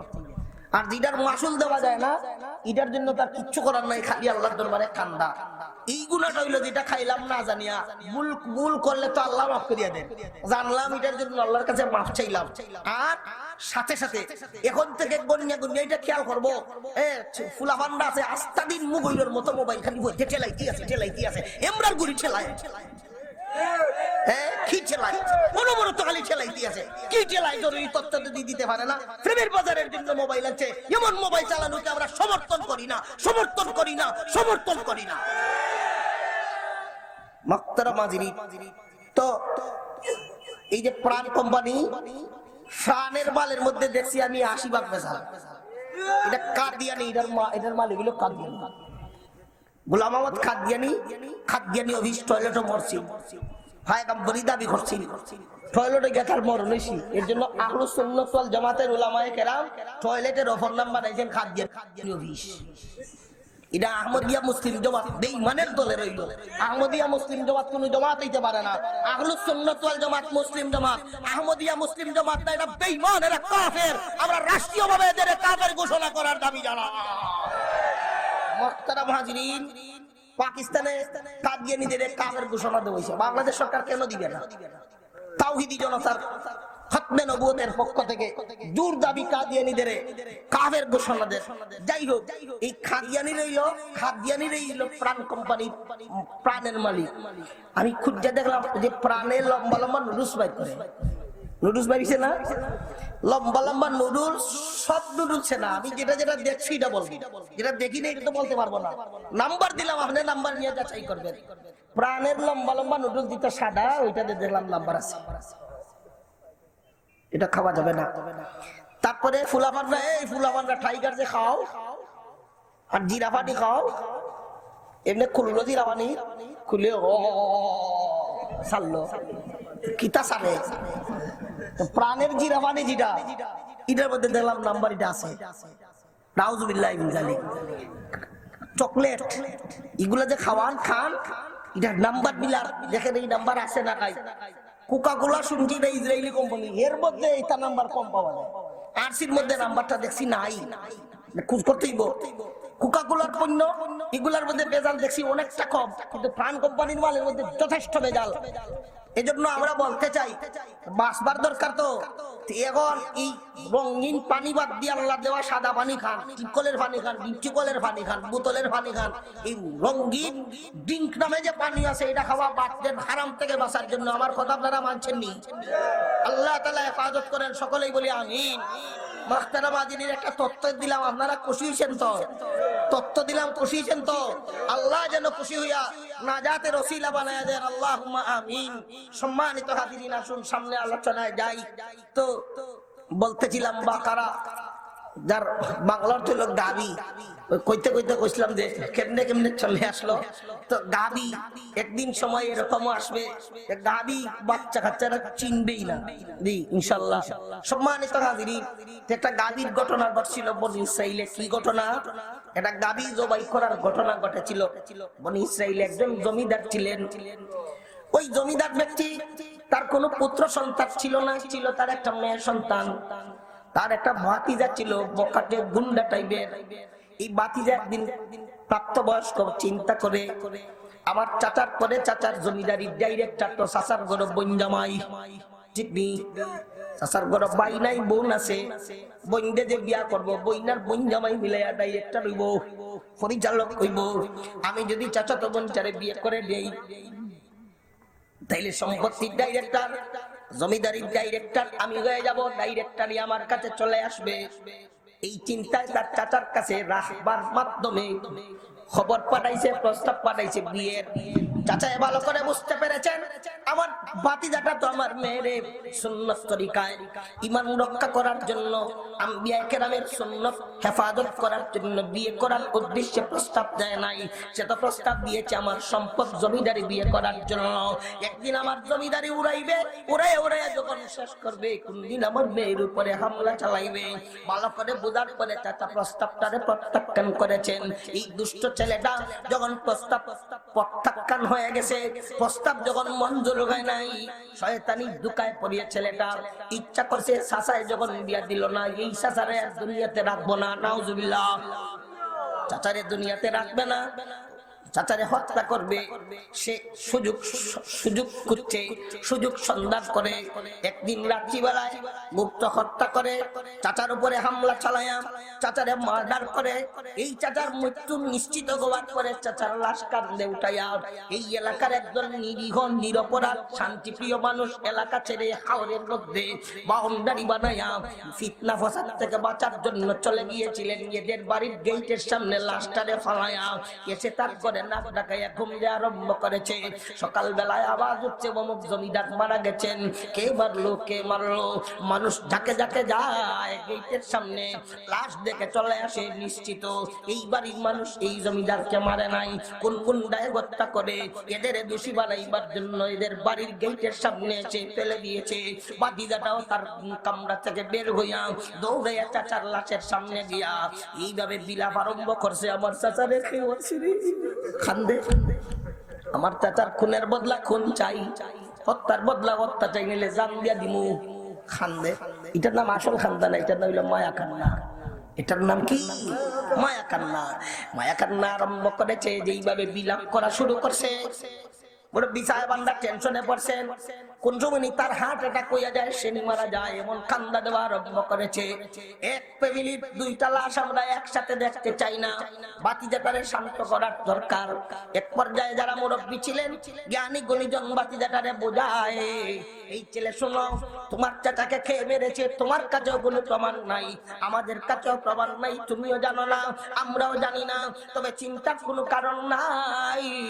এখনো আমাদের কাছে আল্লাহর জলিলুল কদর পয়গম্বর মূসা আলাইহিস সালাতু ওয়াস সালাম জীবিত আছেন। আমরা যখন মূসা আলাইহিস সালাতু ওয়াস সালামের খেদমতে যাব, মূসা পয়গম্বর আলাইহিস সালাতু ওয়াস সালামকে বলবো, জমিদারকে কে মেরেছে, আল্লাহর দরবার থেকে মেঘেরবাড়ি করে খবর এনে জানায় দেন।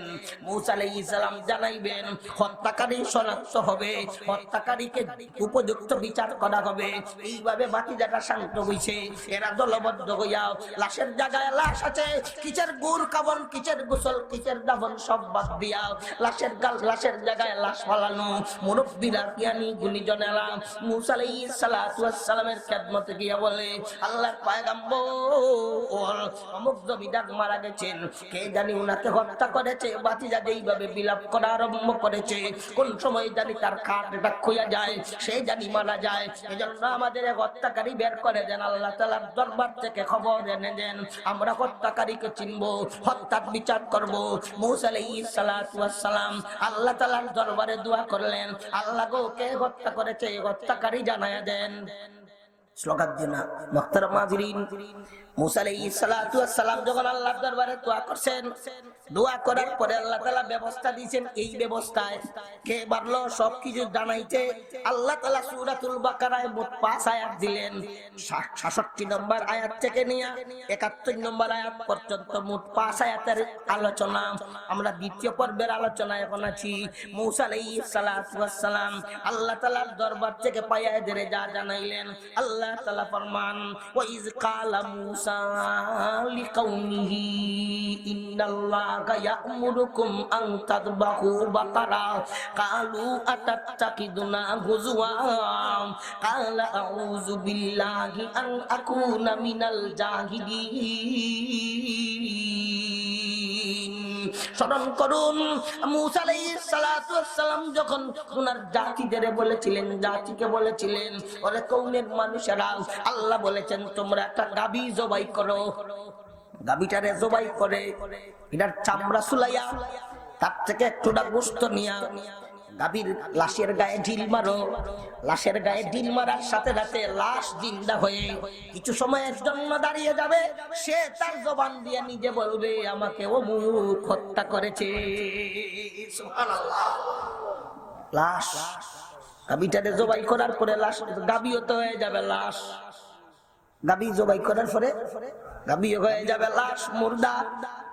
মুর্দার একটু গোশত নিয়া আরেক মুর্দার গায়ে ঢিল মারা হবে। মুর্দা জিন্দা হইয়া বলবে, আমাকে অমুক হত্যা করেছে। এমন প্রেসক্রিপশন, এমন ব্যবস্থাপত্র যখন এসেছে, তখন ওই বনি ইসরাইলেরা বলে, কালু আতাত্তাকিদুনা হুজওয়া। আল্লাহর পয়গম্বর, আপনি আমাদের নিয়ে ডং করেন নাকি? নবী মূসা আলাইহিস সালাম বলেন, ডং করা অজ্ঞ মানুষের কারবার, আমি অজ্ঞ মানুষের অন্তর্ভুক্ত হইতে চাই না রে। যা বলি সত্য বলি। ডং ডাং করা, যে ডঙ্গের কারণে ফিতনা আসে, যে ডঙ্গের কারণে মারামারি লাগে, যে ডঙ্গের কারণে আরেকজনের মনে কষ্ট লাগে, এমন ডং করা যায় না। আমাদের দেশের আঞ্চলিক কিছু কারবার আছে, একজন আরেকজনের সিরায় সলায়, চলেনি চলাইনি। হ্যাঁ, এক বেটার সামনে জুড়ে কয়েকটা খাওনি দিলি বেটার টেম্পার গরম হয়ে যায়। আমার এলাকার এইরকম একজন মানুষ আসলো, বেচারারে বেচারার সামনে গিয়ে গবে দুইটা চারটা কাশি দিলেই হাই প্রেশার উঠিয়েছিল, আর তো দা থাকলে খুব মারি দিব, এমন অবস্থা। এক বেলা কইয়া দিছে, তুমি ফকিরে বাড়ি যাইবা, এমনি যাইবা আর তার ঘরের সামনে গিয়ে তুমি আমি যেমনি করছি এমনি করবা, কইয়া ভিক্ষা চাইবা, তোমার বস্তা ভরিয়ে দিব, দিবনি বস্তা ভরিয়া, কই দিব ভিক্ষু কর সলার, কই দিব ভিক্ষু। এই যে কারবারটা হলো এটা বালা করছে, মারাত্মক খারাপ জিনিস। আচ্ছা দেখেন, কলা খাইলো, কলা খাইয়া রাস্তার মধ্যে কলার ছালটা ফালাই দিল, আরেকজনে ফিসলা খাইয়া পড়লো। হাদিস শরীফের মধ্যে আছে এরকম কষ্টদায়ক জিনিস রাস্তাঘাট থেকে সরানো, এটা ইমানের অংশ।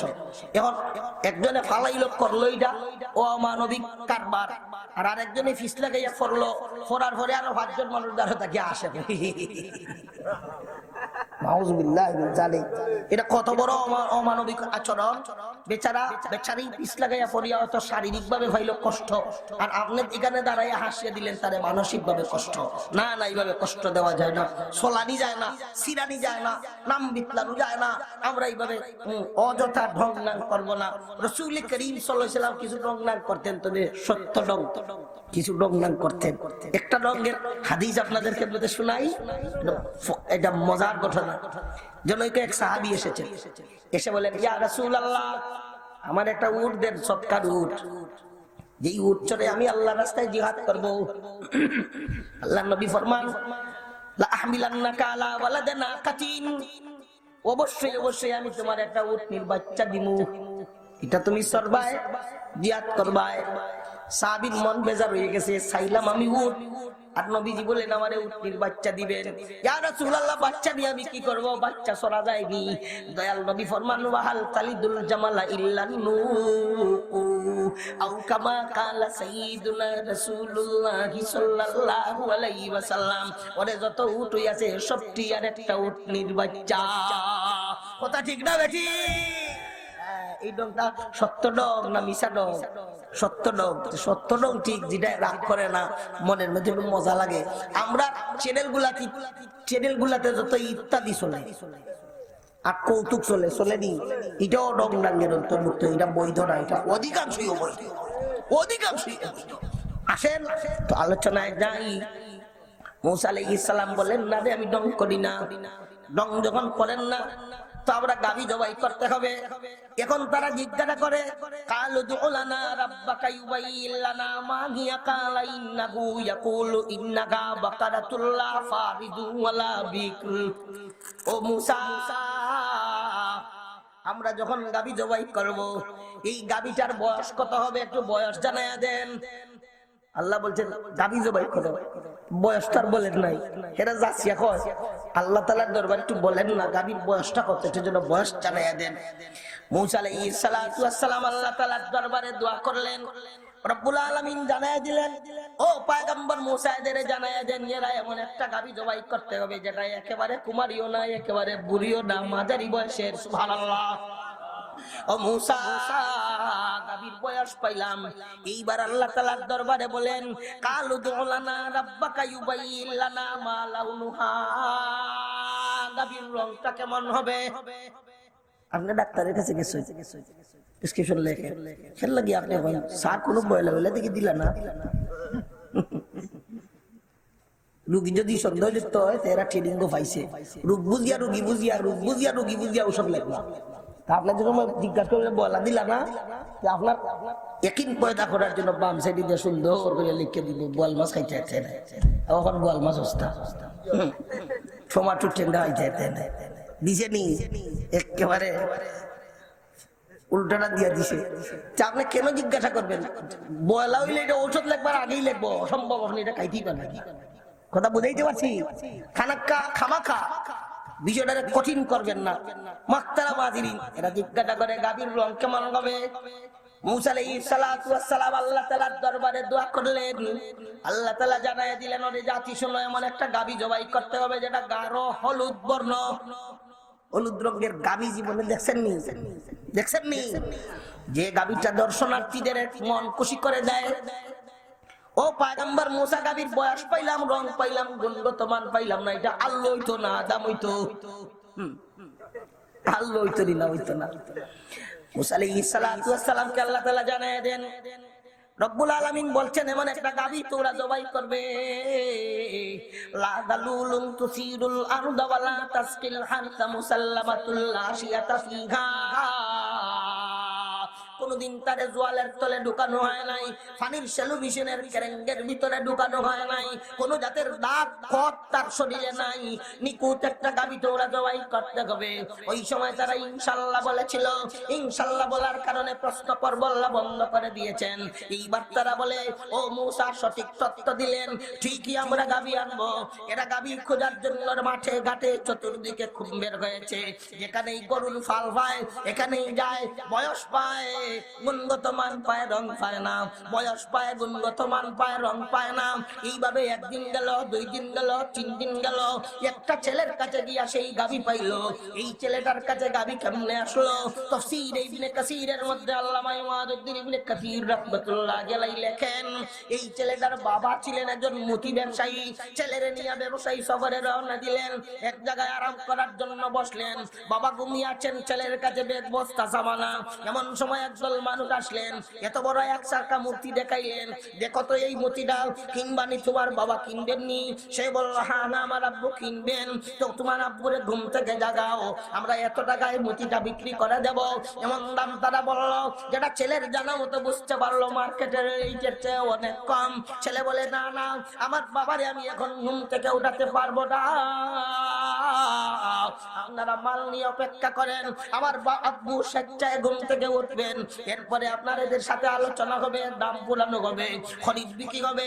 এখন আগত লোকরা 2 দল হয়ে গেছে, যে দাম বললো, এক দলে বলে এখন যদি ঘুম থেকে উঠাও দাম থেকে আমরা 10 টাকা কমে দিয়া দিমু, আর এক দলে বলে এখন ঘুম থেকে না উঠাইলে এই দামে দিব না, আরো 10 টাকা বলন দিতে হবে।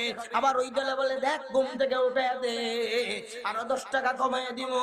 এরা বলে এখন ঘুম থেকে না উঠাইলে আরো 10 টাকা বাড়বে। এরা বাড়তে বাড়তে অনেক উপরে চলে গেল, এরা নামতে নামতে 30 দিন যাবে চলে আসলো।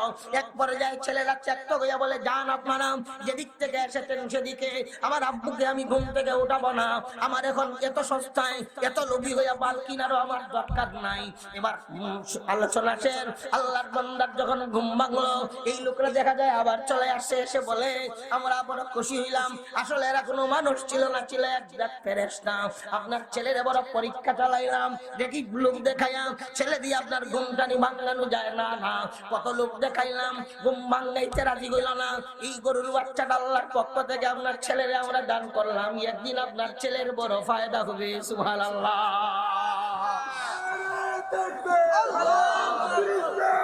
দিয়েছে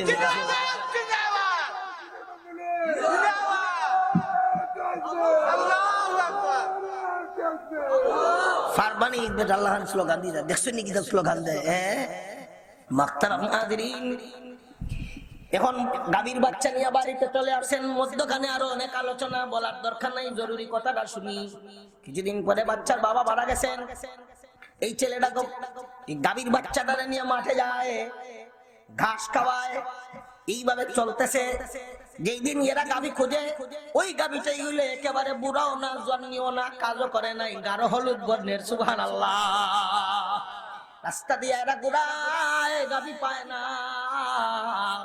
প্রথম দিন একজন বুড়া মানুষ ওই ছেলেটার সামনে এসেছেন, বাবা গাভীটা বেশ পাইনি, এত টাকা দিয়া দিমু, মার্কেট রেটের চেয়ে প্রায় 10 গুণ বেশি উনি বলছে। ছেলেটা বলে, আমার মায়ের সাথে তো বেচা বিক্রির ব্যাপারে কোনো পরামর্শ হয় নাই, মা আমাকে কিছু বলেন নাই, এজন্য আমি কিছু বলতে পারবো না। রে বাবা, তোমার মার সাথে আলোচনা করে কি হবে, আমি তো চড়া দাম দেব না। না, চড়া দাম দিলে হবে না, মায়ের পরামর্শ ছাড়া কাজ করতে পারবো না। ছেলেটা বিকাল বেলায় গাভীরে ঘাস খাওয়াইয়া পেট ভরাইয়া যখন বাড়িতে নিয়ে গেল, মায়ের সাথে আসে কথা বললো, মা কোনো উত্তর দেন নাই। পরের দিন আবার মাঠে গেল, ওই বুড়া লোক বৃদ্ধ লোক এসে হাজির, বাবা দিবাই নি, আরো এত দিয়া দিমু, না না, মায়ের সাথে আলোচনা হয় নাই। এই লোকের পথে চলে গেলেন। আল্লাহর বান্দা গাভী নিয়ে বাড়িতে গেল, মায়ের সাথে আলোচনা করলেন। এইবার মা যখন পরপর প্রথম দিন শুনলেন, দ্বিতীয় দিন শুনলেন, মা তার ছেলেকে বলে, ছেলে রে, আমার মনে হয় তিনি সাধারণ কোনো মানুষ না। আমার মনে হয় উনি যখন 2 দিন আসবেন, কালও উনি আসবেন। আসলে পরে তুমি উনার কাছে আমার সালাম দিও, উনারে বলে দিই আমি এতিম, আমার বাবা নাই। এই গাভীটা যদি আমাকে বিক্রি করতে হয়, কেমনে বিক্রি করলে আমার ফায়দা হবে, মেহেরবানি করে আমারে জানায় দে। ছেলেটা গাভী নিয়ে মাঠে গেছে। মাঠে যাওয়ার পরে ওই মুরব্বি লোক হাজির। বাবা বেস্তায় নিয়ে, আজকে ছেলে তো পরামর্শ পাওয়া গেছে, আমার আম্মু আপনাকে সালাম দিচ্ছে, আমার বাবা নাই, আমি এতিম, এটা যদি আমাকে বিক্রি করতে হয়, কেমনে বিক্রি করলে আমার ফায়দা হবে, মেহেরবানি করে আমারে জানায় দেন। ওই সময় জানায় দিলেন, বাবা শোনো, একদল মানুষ কিছু সময়ের ভিতরেই তোমার কাছে আসবে, এরা বনি ইসরাইলের, এদের এরকম একটা গাভীর দরকার, এই গাভী ছাড়া আর কোনো গাভী নাই। তুমি এক দামে বিক্রি করবে, বলবে পাল্লা দিয়ে আমার গাভীর এক পাল্লায় উঠাইয়া, এক পাল্লায় স্বর্ণ উঠানো হবে, আমার গাভীর ওজনে কাটায় কাটায় পাল্লার ডান্ডি সমান হবে, আমি স্বর্ণ আমার গাভী আপনাদের, এইভাবে আমি বিক্রি করব। বিষয়টাতে ফাত্তর বানাইছিল, আল্লাহ তাআলা একেবারে একটা পাহাড় বানাই দিয়েছেন। এরা আইছে, আইয়া আমি ইনশাআল্লাহ শেষ করে দেব, আপনারা 15 মিনিটের ভিতরে মেহমান নিয়ে আসেন। মুহতারাম মুহাজিরিন, এরা আসছে, এসে দেখে ছোট্ট ছেলের কাছে গাভী, কয় হায় রে গায়ে 3 দিন ঘুরাইলাম, এই রাস্তা দেখলাই না নি, বাতিজা বেস্তাই নি, কয় এটা বেচার জন্য, ফাকনা ফুয়া বেচার জন্য। দাম কত? এই দাম দিকে এটা বসেন না, বসছে। দাম কত? দাম বলবো তো কথা শুনে, এটা সত্য আছে, আমি দাম যেটা বলবো এটাই এক দরে খাবার, 2 নম্বর কোনো দাম চলবে না। দিব বাস, এক দামে বিক্রি, দাম একটাই। দাম কত? ফাল্লা দিয়ে ওজন করিয়া শোনা দিবাই, বুড়া মুরব্বী যারা শব্দ লেগেছে, আগে তো ওইগুলো দাম নাই। বাকি যে একটা কথা, দিঘার শ্রেণীর দিকে যান, তো ওই গেছে এরা, বুঝছেন নি, তো ওই গেছে অঙ্কিতই, তো যাও তো গিয়া বনি ইসরাইলের বেটি করেছে, শান্তি আরম্ভ করছে, বেটি বেটিদের খান থেকে খুলিয়া দিস, সাহায্য জমিদার রেখে মারতে পারোই, তো বেটিদের খানোর কলার আতর ফাওয়ার খোবালোর মাথার যা আছে খুলিয়া দিয়ে বস্তা বসে সান্তা করিয়া নিয়া, বস্তা বরিয়া আল্লাহর সাথ পাল্লায় ওজন করাইয়া, এক পাল্লায় গাভীটারে উঠা দিয়েছে, এক পাল্লায় স্বর্ণ উঠাইয়া কাটায় কাটায় সমান স্বর্ণ নিয়ে 3 বাচ্চা বাড়িতে গেল। এক মুহূর্তে আল্লাহ তারে প্রখ্যাত ধনী গাবনার বানায়া দিলেন। আর এরা গাভী নিয়ে গেল, গাভী নিয়ে জবাই করেছে, জবাই করার পরে শরীরের কোন একটা অংশ নিয়ে লাশের গায়ে ঢিল মেরেছে। লাশের গায়ে ঢিল মারার পরে আল্লাহ কাদিরে মাত্র, আল্লাহ কত বড় শক্তিশালী বোঝার দরকার। ঢিল মারার সাথে সাথে এমনিতেই সেই লাশ জমিদার 3টা গইয়া বলে, কাতালানি ইবনু আখি, আমার যেই বাতিজাটা আমার জন্য মায়া কান্নায় লিপ্ত হয়েছিল, সে আমাকে হত্যা করেছে। সুবহানাল্লাহ। পরে তার বিচার হয়েছে, আল্লাহ তাআলা ওয়ারাসাতের বিধান দিয়েছেন, আর মিরাসদারি পাবে না। আসাবা হিসাবে যে কিছু পাওয়ার ছিল তাও সে পায় নাই। রব্বুল আলামিন এই ঘটনার আলোচনা করলেন, গাভীর কিচ্ছার আলোচনা করলেন, গাভীর নামে সূরার নাম দিলেন বাকারা। এই ঘটনা থেকে আল্লাহ সবক দিলেন, বান্দারে বান্দিরে, তুই মারা যাবে, তোরে কবরে পাঠাবো, কবর থেকে তোরে পুনরায় জিন্দা করে আমি আল্লাহ তাআলা কিয়ামতের ময়দানে উঠাবো। সেই কবরে যাওয়ার পরে মুনকার নাকিরের সওয়াল জবাব হবে, 3টা প্রশ্ন করা হবে। মুর্দাকে প্রশ্ন করা হবে, মান রাব্বুকা ওয়া মা দীনুকা ওয়া মা তাকুলু ফি হাদার রাজুলিল্লাযী বুইসা ফীকুম, তোমার রবকে, তোমার ধর্ম কি, নবীজি সম্বন্ধে জিজ্ঞাসা করা হবে। এই যে একজন মহামানব দেখা যায়, যাকে তোমাদের কাছে প্রেরণ করা হয়েছিল নেককার হইয়া, আল্লাহ ওয়ালা হইয়া, দিনদার হইয়া যারা কবরে পাড়ি জমাবে, আল্লাহ তাআলা এদের জবান দিয়ে জবাব বের করে দিবেন। 3 প্রশ্নের জবাব দিবে। আল্লাহ তাআলা বলবেন, ফেরেশতারে তার নিচে দিয়া জান্নাতি বিছানা বিছায়া দাও, তার গায়ে জান্নাতি কমলি পরায়া দাও, জান্নাতের সাথে তার কবরের সংযোগ করে দাও। নাফরমান হইয়া কবরে পাড়ি জমাইলে এক একটা প্রশ্নের জবাবে বেতায় ব্যতীত হয়ে বলবে,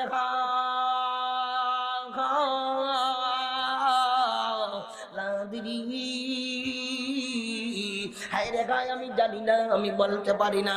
আল্লাহ বলবেন, তার নিচে দিয়া আগুনের বিছনা বিছায়া, তার গায়ে আগুনের কমলি পরায়া জাহান্নামের সাথে কবরের সংযোগ করে দাও। তাই তো করা হবে। এরপরে আনুষ্ঠানিক কিয়ামতের দিন ইসরাফিল আলাইহিস সালাম সিংহায় ফু মারবেন, কবর থেকে সেকেন্ডের ভিতরে আল্লাহ জিন্দা করে উঠাইবেন। আল্লাহ তাআলার জন্য জিন্দা করা কঠিন না। দুনিয়ার মানব দানব জিন ইনসান সকলকে আল্লাহ শিক্ষা দিলেন, একটা লাশের গোশত দিয়া আরেক লাশের গায়ে দিল মালায়া লাশকে আমি যেইভাবে সেকেন্ডের ভিতরে জিন্দা করতে পারলাম, বন্দারে বান্দিরে তোমারে জিন্দা করা আল্লাহ তাআলার জন্য এইভাবে একেবারে সহজ। কথা ঠিক না বেঠি? সম্মানিত হাজরিন, আমরা আখিরাতের সামানা তৈরি করি, আমরা আখিরাতের সামানা তৈরি করি, 5 ওয়াক্তের নামাজ কায়েম করি, নাচ গান বাজনা ত্যাগ করি। পর্দানিহীন মা বোন যুবতী বইনেরা সুন্দর সুন্দর পাতলা জামা পরলে একটু সুন্দর লাগবো, এই সুন্দরের ত্যাগ করো আর শালীন বদ্র সুন্নতি জামা পরিধান করো। কবরে যাবার পরে আল্লাহ জান্নাতে বিছনা দিবেন, আর জান্নাতে যাবার পরে আল্লাহ সজরায় তুবা দিবেন। তুমি চাইবাই আর ঠেলার ছোটে খালি জামা আছে, এটার সেট তোমার কাছে দিতেই থাকবো। আমরা আরেকটা কথা বলতে চাই পরিশেষে। দেখেন, ছেলেরা একটা ডিজাইনে মাথা খামানি আরম্ভ করছে, এটা এখন বাদ দেন। ছেলেরা ওই খেলোয়াড়ের মতো রোনালদো, বিরাট কোহলি সলি যা আছে না, সাকিব খান, এই দেখায়া যাদের ভিতরের মধ্যে দুর্গন্ধের সীমা নাই, যাদের বাচ্চা হয় আগে বিয়া হয় ফেলে, যাদের বাচ্চা হয় আগে বিয়া হয় ফেলে। কথা ঠিক না? ঠিক। এদের মতো ফুলাবানরা চুল খামায়, এরপরে ফুলাবানরা এখন দাড়ি ডিজাইন ধরছে, তুতারে ডিজাইন ধরেছে। এটা দাড়ি না, এটা মেসি। ঠিক নি? মেসি আর বিরাট কোহলি এগুলারে বাদ ধরার দরকার। এরপরে আরেকটা কথা বলতে চাই, যে ঘরের মধ্যে জানদারের ছবি থাকবে এই ঘরের মধ্যে রহমতের ফেরেশতা ঢুকেন না। এখন আল্লাহ তাআলা তো ফসা দিছেন, ওই যে ঘর বানাইলেন আপনি, একটার নাম বেডরুম, একটার নাম ডাইনিং রুম, একটার নাম ড্রয়িং রুম, একটার নাম কিচেন, আমি কই উন্দাল, ঠিক নি? পাকঘর। তারপরে আসলে সিট ওর তো বসা না, সিটিং করতে হইল বসার রুম। সিটিং রুম শব্দটা বাদ দিয়া কই মেহমান খানা। এই শব্দটা কি মজা লাগে, মেহমান খানা কইতে মজা লাগে নি? আপনারা হলে কইতে মনের কথাটা বলেন না, সিটিং আর মেহমান খানা কোনটা মজা লাগে? আবার কোন সিটিং আর মেহমান খানা কোনটা মজা লাগে? তাহলে সিটিং না কইয়া কই মেহমান খানা। এই শব্দটা আমরা পাল্টাই, মেহমান খানা কই। মেহমান খানার কোনাতে বক্স বানাই শোকেসের মতো আছে, 3 কোনা বিশিষ্ট। একটার মধ্যে প্লাস্টিকের কুত্তা, একটার মধ্যে রাবারের বিলাই, একটার মধ্যে হাতি, একটার মধ্যে স্ক্রিন করা ফুটুল, একটার মধ্যে সাপ ফুরমান করতে আছে। মাথের না, এটা জানদার কি না? এতে যে করে জানদারের ছবি থাকবে ওই করে রহমতের ফেরেশতা আসবে না। আপনি শ্রীমঙ্গলীরে ভালো পান, ভিডিওতে আছে ছবি, আছে মোবাইলে ছবি, আমার প্রিয় একটা ছবি তুলিয়ে হিতানোর ধারণ খারাপ হয়ে তুললেন, অসম্ভব। রহমতের ফেরেশতা আসবে না, রহমতের ফেরেশতা আসবে না, ছবি তুলতে পারেন না। তা আমরা করে জানদারের ছবি রাখবো না ইনশাল্লাহ? এটা কথাটা বলতে চাই। মেহমান তো আসছেন, 5 মিনিটের ভিতরে দিয়া দিব ইনশাল্লাহ। এই জরুরি কথাটা না বললে তো হবে না। আগে কথা নম্বর হয়েছি, এখন জরুরি একটা কথা হওয়ার দরকার। 11টার ভিতরে নেমে যাবো।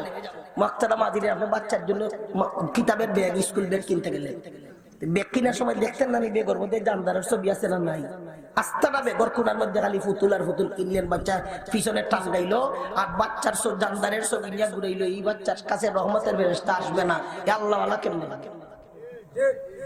আপনি বাচ্চার জন্য একটা কমলি কিনতে গেছেন, কিনার সময় উল্টাইয়া পাল্টাইয়া দেখতেন না জানদারের ছবি আছে। আস্তাটা কমলি জুড়ে একটা বাঘ, আস্থাটা কমলি জুড়ে একটা কুত্তা, আস্থাটা কমলি জুড়ে একটা সিংহ, এটা নিয়ে বাচ্চার গায়ে দিলেন, ঘুমাইলো, শয়তান দিয়ে ঘুরিয়ে দিলেন। কথা ঠিক না ঠিক? তাইলে জানদারের ছবিযুক্ত কাপড় চোপড় এগুলা কিনা জানা বাঁচার দরকার আছে নি? দুনিয়া মুমিনের জন্য জেলখানা, জেলখানা স্বাধীন না, এইভাবে দুনিয়াতে স্বাধীন চলা যাবে না, বাস বিচার করিয়া চলতেই। সম্মানিত গাজরিন, আমার পরিশেষের কথা রইল, আমরা শালীন পোশাক পরিধান করি, মেয়েরা পর্দা করুক। আর খানাতে আমরা যখন খানা খাইমু পরিষ্কার করিয়া খানা খাইমু। চেয়ার টেবিলে খানা খাওয়া না যাইজ না, আমি ফতোয়া দিলাম জায়েজ আছে। চেয়ার টেবিলে খাওয়া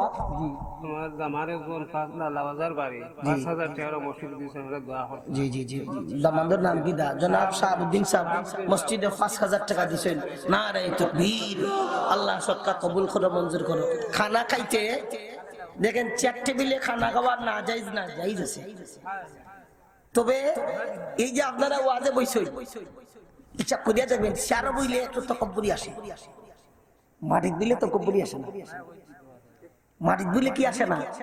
আমরা যে বইছি চেয়ারও, এটাও ওয়াজ করে একটু উঁচা জায়গা বইতে, এই জন্য উঁচা জায়গা বইছি আপনাদের দেখার জন্য। নিচে বইলে তো আপনাদের বাউজুর আপনারা দেখা যায় না। কথা ঠিক নেই? এই যে মাটি বইছেন, এইভাবে মাটিতে বইয়া, এখন পলিথিন কিনতে পাওয়া যায়, ভালো ভালো পলিথিন, দাম কম, 2 সাইড দস্তার কাপড় আনি যায়। মাটিতে বইয়া খাওয়া হইল সুন্নত। এখন মেহমান মুসাফির অনেকে ফ্যান শার্ট পরনেওয়ালা, এরা মাটিতে বইতে পারে না।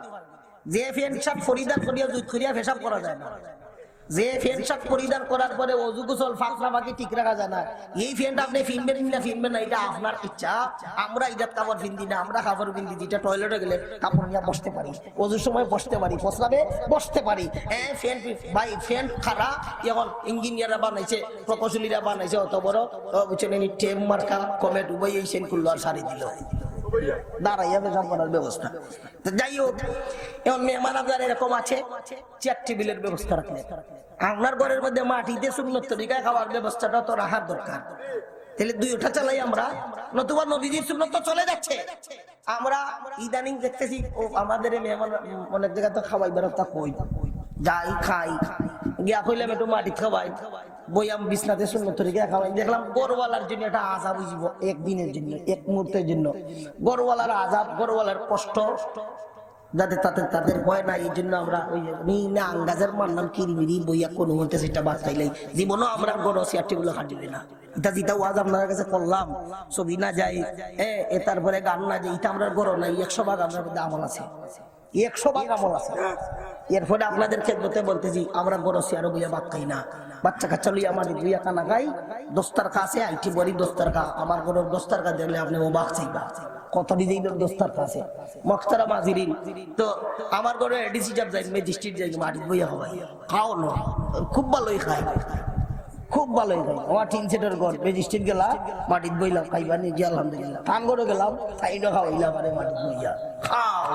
তো মাটিত বইয়া আমরা সুন্নত তরিকায় খানা খাবো, ঠিক আছে ইনশাল্লাহ। আরেকটা কথা বলতে চাই, খানা খাইয়া ভাই পরিষ্কার করিয়া খাইব। এখন কিছু খানা জুল বা তরকারি রুটি তৈয়া উঠিয়া চলে যাওয়াটা ফ্যাশন হয়েছে, পরিষ্কার করিয়া খাও। আমার সাথে হুজুর আর ওখানে চাই হয়েছে, আমি জিগেলাম এই তুই আমার লগে আইলে আইয়া খানা খাইলে পরিষ্কার করিয়া খাইলে না, দেখছি আরো জনে চাই রয়েছে পরিষ্কার করিয়া খাইলে খইও রাক্ষস হয়ে গেছি, বুঝছেন নি? এর ভিতরে ঢুকছে এটা যাবে রাক্ষস হইয়া গেছি। অথচ না, আপনি যখন খানা খাবেন বর্তনটারে পরিষ্কার করবেন। হাদিস শরীফে আছে ওই বর্তনে আল্লাহ তাআলা কুদরতি একটা জবান দিয়া দেন, ওই বর্তন আপনার জন্য দোয়া করে, আতাকাল্লাহু মিনান নার কামা আতাকতানি মিনাশ শাইতান। আল্লাহর বান্দারে, আল্লাহর মন্দিরে পরিষ্কার করে খাইয়া তুমি যেইভাবে আমারে শয়তান থেকে মুক্তি দিলাই, আল্লাহ তাআলা যেন তোমারে দুজক থেকে মুক্তি দান করেন। মুহতারাম মুহাজিরিন, পবিত্র সূরাতুল বাকারা কোরআনুল কারীমের 2য় সূরা। কোরআনুল কারীমের ধারাবাহিকতায় নাম্বারিংয়ে 114 সূরার 2য় সূরা হলো সূরা বাকারা। এটা 2য় পর্বে নাজিল হয় নাই, নাজিল হয়েছে অনেক পরে। কোরআনুল কারীমের 114 সূরার ভিতরে যত আয়াত আছে, প্রয়োজনে সময়ে সময়ে যে সময় যত আয়াত দিবার দরকার ছিল আল্লাহ তাআলা দিয়েছেন, কিন্তু যখনই আয়াত জিবরিল আমিন নিয়ে আসছেন তখনই নবী করিম সাল্লাল্লাহু আলাইহি ওয়াসাল্লামকে জিবরিল আমিন বলে দিতেন, ইয়া রাসূলুল্লাহ, এই আয়াত এই সূরার এত নম্বর আয়াতের পরে হবে, এই সূরার পরে এই সূরা হবে। কোরআনুল কারীমের যে ধারাবাহিকতা, কোরআনুল কারীমের যে সূরার এক আয়াতের পরে আরেক আয়াত, এটা কোনো মানুষের বানানো না, কোনো ফেরেশতার বানানো না, এটা আল্লাহ তাআলার দেওয়া। সুবহানাল্লাহ। মুহতারাম হাজিরিন, তো ধারাবাহিকতায় কোরআনুল কারীমের দ্বিতীয় সূরা সূরা বাকারা, এই সূরার বিশাল ফজিলত রয়েছে। এর মধ্যে একটা ফজিলত হলো যে সকল বাড়িঘরের মধ্যে, যে বাড়িতে, যে ঘরে, যে কামরায় জিন্নাতে ডিস্টার্ব করতে পারে না, আপনারা আমার কথা বুঝেন তো, করতে পারে না, করতে পারে। জিন্নাত আছে, জিন্নাতের অস্তিত্ব যদি কেউ অস্বীকার করে যে জিন্নাত বলতে নাই, আমাদের সমাজে কিছু ডাক্তার আছে এরা জিন্নাত মানে না, বিশ্বাস করে না, এ যে সময় ঠেলা খায় এ সময় ঠিকই বিশ্বাস করে। কথা ঠিক না বে ঠিক? ডাক্তার সাহেব জিন্নাত বিশ্বাস করে না, বেচারার বউরে জিন্নাতে ধরছে। এখন ফাটা বাসর সিবাত পড়ছেন না নি, এখন বুজুর্গের ফানি পড়া, তেল পড়া, তাবিজ ইত্যাদির ওসিলায় যখন বেচারার ওয়াইফ সুস্থ হইল, এর আগ পর্যন্ত মেডিকেলের যা বই পড়লো, যতটা গ্রুপ নিয়ে পড়ালেখা করলো, যতটা এন্টি আছে, অ্যান্টিবায়োটিক ঔষধ আছে, একটার পর আর একটা দিল, কলিগদের সাথে আলোচনা করলো, সিনিয়রদের সাথে পরামর্শ করলো, ঔষধের পর ঔষধ দিল, খামায় না, বউ যে বেঁচে তুইছে সে তার ফিরে আসে না। এক পর্যায়ে যখন ধরা পড়লো এটারে জিন্নাতে আসর করছে, তো বুজুর্গের তাবিজ, বুজুর্গের তেল ভরা পানি ভরা দিল, ঠেলা খাবার পরে বিশ্বাস হইল যে জিন্নাত আছে। সম্মানিত হাজিরিন, জিন্নাতের অস্তিত্ব যদি কেউ অস্বীকার করে তে তার ঈমান থাকবে না। প্রমাণ কি? কুরআনুল কারীমের এক সূরার নাম আল্লাহ দান করেছেন সূরায়ে জিন। জিন্নাতের নামে নামে, জিন জাতির নামে নামে আল্লাহ নাম দিয়েছেন সূরায়ে জিন। জিন্নাতের অস্তিত্ব অস্বীকার করলে কোরআনের আয়াত অস্বীকার করা হবে, জিন্নাতের অস্তিত্ব অস্বীকার করলে কোরআনুল কারীমের সূরাকে অস্বীকার করা হবে। কোরআনুল কারীমের একটা অক্ষর, একটা শব্দ, একটা আয়াতকে যদি কেউ অস্বীকার করে তার ঈমান থাকতে পারে না। মেরে মুহতারাম হাজিরিন, জিন্নাতের ব্যাপারে যখন কথা আসলো, কিছু কথা আপনাদের খেদমতে শোনাই অল্প সময়ের জন্য। হযরত রাসূল করিম সাল্লাল্লাহু আলাইহি ওয়াসাল্লামের খেদমতে ওহী নাজিল হওয়ার আগ পর্যন্ত জিন্নাতরা একজন আরেকজনের খান্দে ভর করে করে আসমান পর্যন্ত উপরের দিকে ওঠার চেষ্টা করতে, উঠতে পারত। যাইয়া ফেরেশতারা আল্লাহর দেওয়া ফয়সালা নিয়ে পরস্পর যখন আলোচনা পর্যালোচনা করতেন, তেরা আড়াল থেকে খান ফাতাইয়া ফেরেশতারা কি কি আলোচনা করে এটা শুনিয়া গণকটা করে রেখেছে। আইয়া কইতো অমুকর ফুরি আম্বিয়া বেগমের অমুক তারিখ এই হইতে পারে, তুইটা কইস। তো এ যখন গণলো, একটা সত্য কথার সাথে আরো ৯৯টা মিছা কথা লাগাইলো, আর মানুষ বুঝলো যে গণকটা করে এরা সত্য কথা বলে। আসলে গণকরা সত্য কথা বলতে পারে না, গাইবের কথা বলতে পারে না। গাইব মানে লোকাল খবর। দেখেন এই যে স্টেজের থল আপনারা দেখেননি, দেখা জানি না পর্দা আছে, মাথুর না আছে নি পর্দা, আপনারা তল দেখেননি, আমি দেখি না, আপনারা দেখেননি। ওই যে লোকাইলিটা নাম হলো গাইব। স্টেজের ভিতরে লোকাল কি আছে এটা আমরাও জানি না, আমরা দেখি না। এখানে কোনো জিন্নাত থাকলে জিন্নাতেও দেখে না, কোনো ফেরেশতারাও দেখে না, একমাত্র আল্লাহ তাআলা দেখেন। এটা হলো আহলুস সুন্নাত ওয়াল জামাতের সহিহ আকীদা। কেউ যদি মনে করে বাবা শাহজালালে স্টেজের তল দেখিলেন, কেউ যদি মনে করে শাহ মোস্তফার শাহ ফরাদ ৩৬০ আউলিয়ার সদস্য স্টেজের তল, মাটির তল, পানির তল, খালাসা, লালসা, অমুক শাহ তমুক শাহ দেখে ফেলেন, তাইলে এটা ভ্রান্ত আকীদা। গাইবের খবর, লোকাল খবর আল্লাহ ছাড়া আর কেউ জানে না।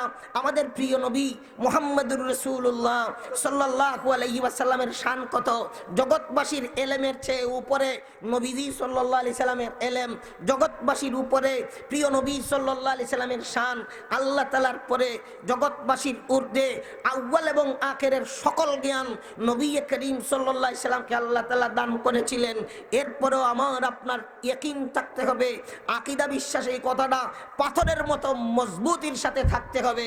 আল্লাহ তাআলা নবীজিরে যেটা জানাইছেন, জানাইলে আরশ পর্যন্ত জানেন, না জানাইলে নিজের ফালঙ্গের তলের খবর পর্যন্ত জানেন না। এটা হলো মাখতার, মাশাআল্লাহ, মাখতার মাজরিন। তো জিন্নাতেরা গাইবের খবর জানে না, কথায় কথা বাড়লো। এখন জিন্নাতরা আগে উপরের দিকে উঠতো, ফেরেশতাদের কথা পরস্পর আলোচনা পর্যালোচনা শুনিয়া এরা চুরি করিয়া কথায় নে গণকদের কাছে এই কথাগুলো পেশ করত। যেই সময় হযরত রাসূল করিম সাল্লাল্লাহু আলাইহি ওয়াসাল্লাম নবুয়ত প্রাপ্ত হইলেন, ওহী আসলো, ওই দিন থেকে আর জিন্নাতদের উপরের দিকে যাইতে দেওয়া হয় না। যখন ওই কোনো জিন্নাত উপরের দিকে উঠতে চায়, নির্ধারিত ফেরেশতা তারকা থেকে আগুন এনে জিন্নাতের উপরে উল্কাপিণ্ড নিক্ষেপ করেন, আগুন ছেড়ে তারে জ্বালাইয়া সারকার করে দেন। জিন্নাতেরা মহা বিপদে পড়ে গেল। কি হইল রে, কি হইল? আগে উপরে উঠতে পারতাম, এখন যে উপরে উঠতে পারি না, খবর লাগাও। জিন্নাতের ফাল যাকে যাকে সারা দুনিয়ার চতুর্দিকে খবর দেওয়া আরম্ভ করেছে। ওই নির্ধারিত একদিন নবী করিম সাল্লাল্লাহু আলাইহি ওয়াসাল্লাম কয়েকজন সাহাবীদের নিয়ে তায়েফের দিকে রওনা দিয়েছেন ফজরের টাইমে। বদনে নাকলা নামে একটা খেজুরের বাগান, এই বাগানের ভিতরে ঢুকে ফজরের টাইমে 2 রাকাত নামাজ আরম্ভ করেছেন। আল্লাহর নবী তিলাওয়াত করছেন। ওই সময় জিন্নাতের পাল যারা অনুসন্ধান করার জন্য বের গিয়েছিল, তার 5 সদস্য বিশিষ্ট জিন্নাত অথবা 7 জন। তাফসীরের কিতাবে এদের নামও আছে। একজনের নাম মুনশি, আরেকজনের নাম নাসি, আরেকজনের নাম মাজের, আরেকজনের নাম এরকম নাম আছে। তাফসীরের কিতাবে লেখেন এই জিন্নাতেরা এই দিকে যায়, আর তারা দয়াল নবীর তেলাওয়াত শুনে, তেলাওয়াত শোনার পরে যা করলো, কোরআনুল কারীমে আল্লাহ তাআলা ফরমান, ওয়া ইসরাফনা ইলাইকা নাফারাম মিনাল জিন্নি ইয়াসতামিউনাল কুরআন ফালাম্মা হাদারুহু ক্বালু আনসিতু ফালাম্মা কুদিয়া ওয়াল্লাউ ইলা কওমিহিম মুনযিরিন। নবী গো, আমি যখন জিন্নাতের এক জমাতকে ওই দিকে পাঠাইলাম, তারা কোরআন শোনার জন্য গেল, কান পেতে পেতে আপনার তিলাওয়াত শুনলো। তিলাওয়াত শোনার সাথে সাথে এরা বিশ্বাস করলো, ইয়াকিন করলো এই কালাম নাজিল হওয়া শুরু হয়েছে। এই কালামের কারণে মুহাম্মদুর রাসূলুল্লাহ সাল্লাল্লাহু আলাইহি ওয়াসাল্লামকে আল্লাহ দুনিয়াতে নবুয়তি দান করেছেন, দয়াল নবীর আগমন ঘটেছে। এজন্য আর উপরের দরওয়াজা বন্ধ, আর উপরে যাওয়া যাবে না। সাথে সাথে নবী গো, এরা আপনার প্রতি ঈমান গ্রহণ করে এদের জাতির কাছে যায়। এদের জাতির কাছে গিয়ে তারা বলে, ইয়া কাউমানা ইন্না সামি'না কিতাবান উনজিলা মিন বাদি মূসা মুসাদ্দিকাল লিমা বাইনা ইয়াদাইহি ইয়াহদি ইলাল হাক্কি ওয়া ইলা তারিকিম মুস্তাকিম। এদের এলাকাতে যাইয়া বলে, এ আমাদের জিন্নাত জাতিরা শোনো, একখান কিতাব আজকে শুনেছি মূসা আলাইহিস সালাতু ওয়াস সালামের পরে যা নাজিল হয়েছে, মুহাম্মদুর রাসূলুল্লাহর উপরে নাজিল হয়েছে। এই কিতাবের এই কিতাবে তাওরাতকে সত্যায়ন করে, তাওরাতকে তাসদীক করে। এই কিতাবে হকের পথে পথ দেখায়, এই কিতাবে জান্নাতের পথে পথ দেখায়। হে আমাদের কওমেরা, দয়াল নবী মুহাম্মদুর রাসূলুল্লাহ সাল্লাল্লাহু আলাইহি ওয়াসাল্লামের উপরে তোমরা ঈমান আনো, আমরাও ঈমান আনলাম। মাখতারাম হাজিরিন, এই পর্যন্ত আলোচনায় কি বুঝলাম? জিন্নাত আছে না নাই? হুজুর এখন না আসেনি? জিন্নাত আছে। যে সকল বাড়ি করে জিন্নাতে সাতায়, এই বাড়িঘরের জিন্নাতের উপদ্রব বন্ধ করার জন্য কত হুজুরের কাছে গেলেন, কত পীর সাহেবের কাছে গেলেন, কত তকবীর করলেন, বাড়ি বান্ধাইলেন, দুল ভরা দিলেন, টাকা ভরা দিলেন, হরা ভরা দিলেন, ডেক ভরা দিলেন, কতটা দিলেন, জিন্নাতের ঠেলা বন্ধ হয় না।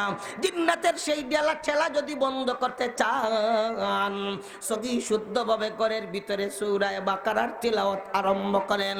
তাফসীরের কিতাবে সহি সনদে হাদিসের বরাত দিয়ে লিখিত আছে, যেই বাড়িতে যেই ঘরে সূরাতুল বাকারার তিলাওয়াত করা হয়, সেই ঘরে সেই বাড়িতে কোনো জিন্নাতের ডিস্টার্ব থাকতে পারে না। সুবহানাল্লাহ।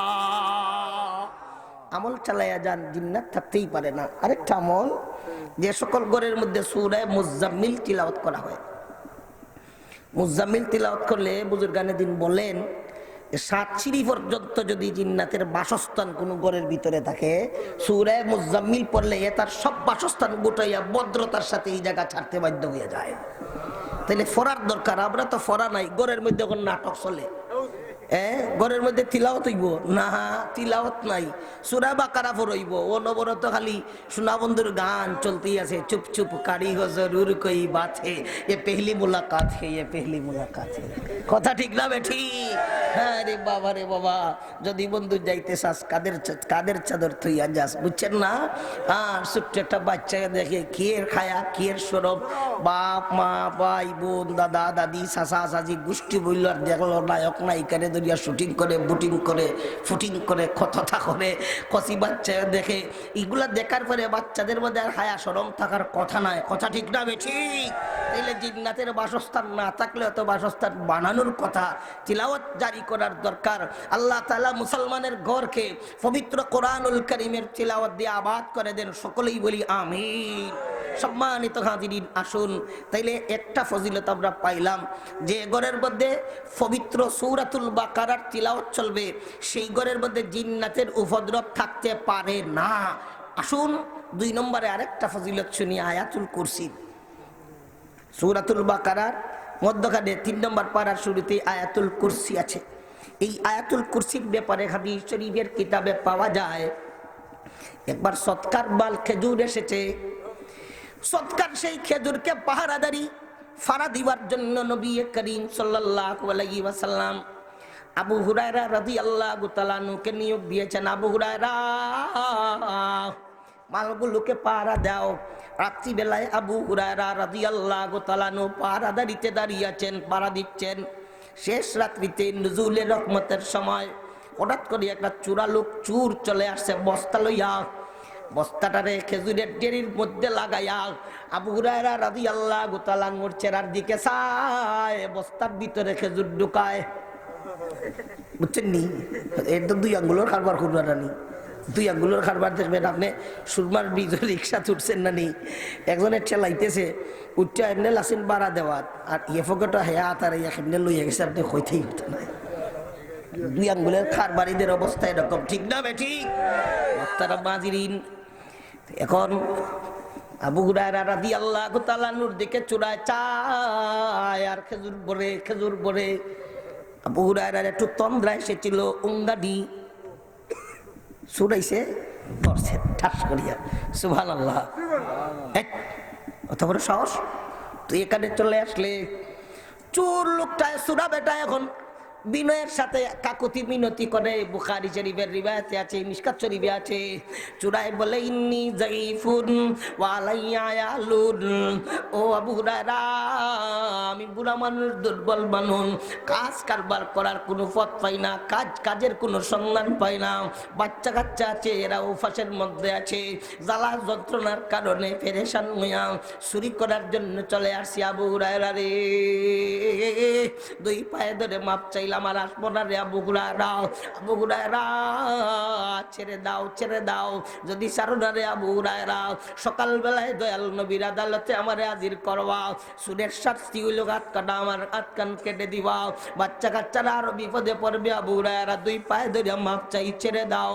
এমন কান্দা দিল, হযরত আবু হুরায়রা রাদিয়াল্লাহু তাআলা মন নরম হয়ে গেল, চুরে ছেড়ে দিলেন, সুরত চুরের পথে চলে গেল।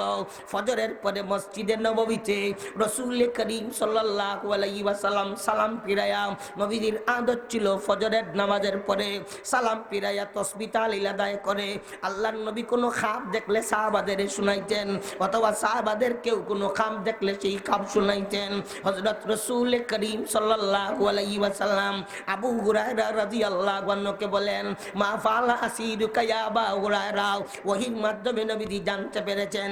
আবু হুরায়রাকে জিজ্ঞাসা করেন, ওরে আবু হুরায়রা, তুমি যে বন্দী করেছিলে, ধরেছিলে, সুরায় তোমার সাথে কি করলো?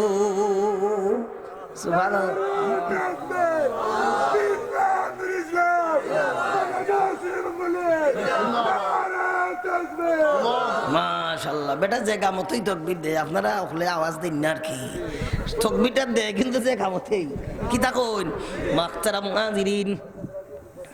এখন আবু হুরায়রা রাদিয়াল্লাহু তাআলা আনহু আটকে উঠছেন, কি খবর? এখন আবু হুরায়রা রাদিয়াল্লাহু তাআলা আনহু বলেন, ইয়া রাসূলুল্লাহ, এমন কান্দা দিছে, তার কান্দনের কারণে আমি আর বরদাস্ত করতে পারি নাই, তারে ধরিয়া রাখার মতো আমার আর এরকম দিল পাশান করতে পারি নাই, ছেড়ে দিয়েছি, বলেছে আর আসবে না। নবীজি ফরমান কাযাবান, মিথ্যা বলেছে, ইন্নাহু সায়াউদু, আগামী রাত্রে আবার আসবে। কোনো সন্দেহ আছে নি? নবীজি বলছেন আসবে, কথাতে কোনো সন্দেহ আছে নি? সন্দেহ নাই। পরের রাত্রিতে আবু হুরায়রা রাদিয়াল্লাহু আনহু তো মাল পাহারা দিতেছেন। ওই যখন উঙ্গানি আয়, সুট্টা হয় উঙ্গানির টাইমে, এর আগে হয় না, পরে হয় না। যখন উঙ্গানি আসছে, তন্দ্রা আসছে, ওই সময় সুর আবার আইছে। আবু হুরায়রার দিকে চায়, বস্তার ভিতরে খেজুর ঢুকায়, ঢুকালি আর বলছে। আবু হুরায়রা রাদিয়াল্লাহু তাআলা আনহুর তন্দ্রা ছুটছে, ওই কত কইলে চুড়াইয়া জিপ চাট করে ধরছেন, তুই নগলি আইতে না, তেজকা বাড়াইলে। আবু হুরায়রা রে, কোনো পথ পাই নাই, পথ না ভাইয়া, ইন্নী যায়ীফুন ওয়া আলাইয়া আয়াল, আমি দুর্বল মানুষ, বাচ্চা কাচ্চা আছে, ক্ষুধার জ্বালায় জান যায়, এজন্য চলে আসছি। আবু হুরায়রা দুই পায়ে ধরলাম, গাতে ধরলাম, কাকুতি মিনতি করে, আবু হুরায়রা রে, আমি আর আসবো না, মা চাই ছেড়ে দাও। খানো ধরে আবু হুরায়রার পায়ে ধরে এইভাবে চলতেছে, কানতে কানতে যখন সে একেবারে বুক পাশানি আরম্ভ করেছে পানি দিয়াও, আবু হুরায়রা রাদিয়াল্লাহু তাআলা আনহুর মন এই দিন নরম হয়ে গেছে, আর আসবে না। ওরে আবু হুরায়রা, খানে ধরলা, আবার আসবো না, যা যা তোরে ছেড়ে দিলাম। আবু হুরায়রা চুরকে ছেড়ে দিলেন। পরের দিন ফজরের পরে রাসূল করিম সাল্লাল্লাহু আলাইহি ওয়াসাল্লাম এবার জিজ্ঞাসা করেন, মা ফালা সিরুকা ইয়া আবু হুরায়রা, আবু হুরায়রা, তোমার বন্দী তোমার সাথে কি করলো? সুবহানাল্লাহ। মজাই তো লাগে না নি? আলোচনা মজা লাগবো? ফুতির কিচ্ছা কইয়া মজা লাগাইবার দরকার নাই, কুরআন না দিছো যা কিচ্ছা আছে ওগুলা কইতে কইতে শেষ করা যায় না। মাখতারাম মুআজিরিন, রাসূল করিম সাল্লাল্লাহু আলাইহি ওয়াসাল্লামের খেদমতে আবু হুরায়রা বলেন, ইয়া রাসূলুল্লাহ, সে ঠিকই আজকে এসেছিল, কিন্তু এত কান্দা দিল, আজকে আমি তো তারে আটকায় রাখবার মতো আমার আর মন শক্ত রাখতে পারলাম না, ছেড়ে দিলাম। বলেছে, ইয়া রাসূলুল্লাহ, আসবে না। নবীজি ফরমান কাযাবা, ইন্নাহু সায়াউদু, মিথ্যা বলেছে, সে আবারও আসবে। জুড়ে বলি সুবহানাল্লাহ। নবীজির কথার মধ্যে কোনো সন্দেহের বু বাতাস, এই কথাটা এখানে রাখেন। একটা ঘটনা ইয়াদ হয়েছে, এটাও নাইলেই ফরে বাকারাও নাইমু। বুখারী শরীফের এক রিওয়ায়াতের মধ্যে আছে, আবু দাউদ শরীফও আছে, এবার কিতাবুল জিহাদে আমি পাইছি। মক্কা শরীফের একজন গায়িকা মহিলা ছিল, ইমরাতে মুগান্নিয়া। এই গায়িকা মহিলা গান গাইতো, শুটিং বুটিং করতো। ইসলামী জগতের বিস্তার লাভ করার পরে এখন আর গান চলে না, মদিনা শরীফ গেছে। তো মদিনা শরীফ যাইয়া পরে আবার ঘুরিয়ে আইসে, আসার সময় হযরত খাতিব ইবনে আবি বালতাআ রাদিয়াল্লাহু তাআলা আনহু একটা চিঠি বানাইয়া এই গায়িকা মহিলার কাছে দিছিলেন। খাতিব ইবনে আবি বালতাআ রাদিয়াল্লাহু আনহু একজন ফ্রেশ সাহাবী, বদরের যুদ্ধে অংশগ্রহণকারী সাহাবী। হযরত খাতিব ইবনে আবি বালতাআ রাদিয়াল্লাহু তাআলা আনহু চিঠি দিবেন নবীজি সাল্লাল্লাহু আলাইহি সাল্লাম যে আগামীতে মক্কা শরীফে হামলা চালাইবেন, এর কিছু তথ্য দিয়া। আর বলছেন গায়িকারে, তুমি এই চিঠিটা অমুক নেতার কাছে পৌঁছাই দিও। ওই সময় তো আবু সুফিয়ান নেতা। গায়িকা যখন চিঠি নিয়ে রওনা দিয়েছে, তখন ওই রাসূল করিম সাল্লাল্লাহু আলাইহি সাল্লাম ওহির মাধ্যমে জানতে পেরেছেন হযরত আলী রাদিয়াল্লাহু আনহু, জুবাইর রাদিয়াল্লাহু আনহু আর আরেকজন, তিনজন সাহাবীকে পাঠাইছেন, জলদি করে যাও। যাইতে যাইতে তোমরা রওজায়ে খাক নামে একটা জায়গা আছে, ইশাগ্রাই যেইভাবে একটা জায়গা, গোলমুকাফন এক জায়গা, মশাকলাই এক জায়গা, জটকুলাই এক জায়গা, এইভাবে রওজায়ে খাক একটা জায়গা।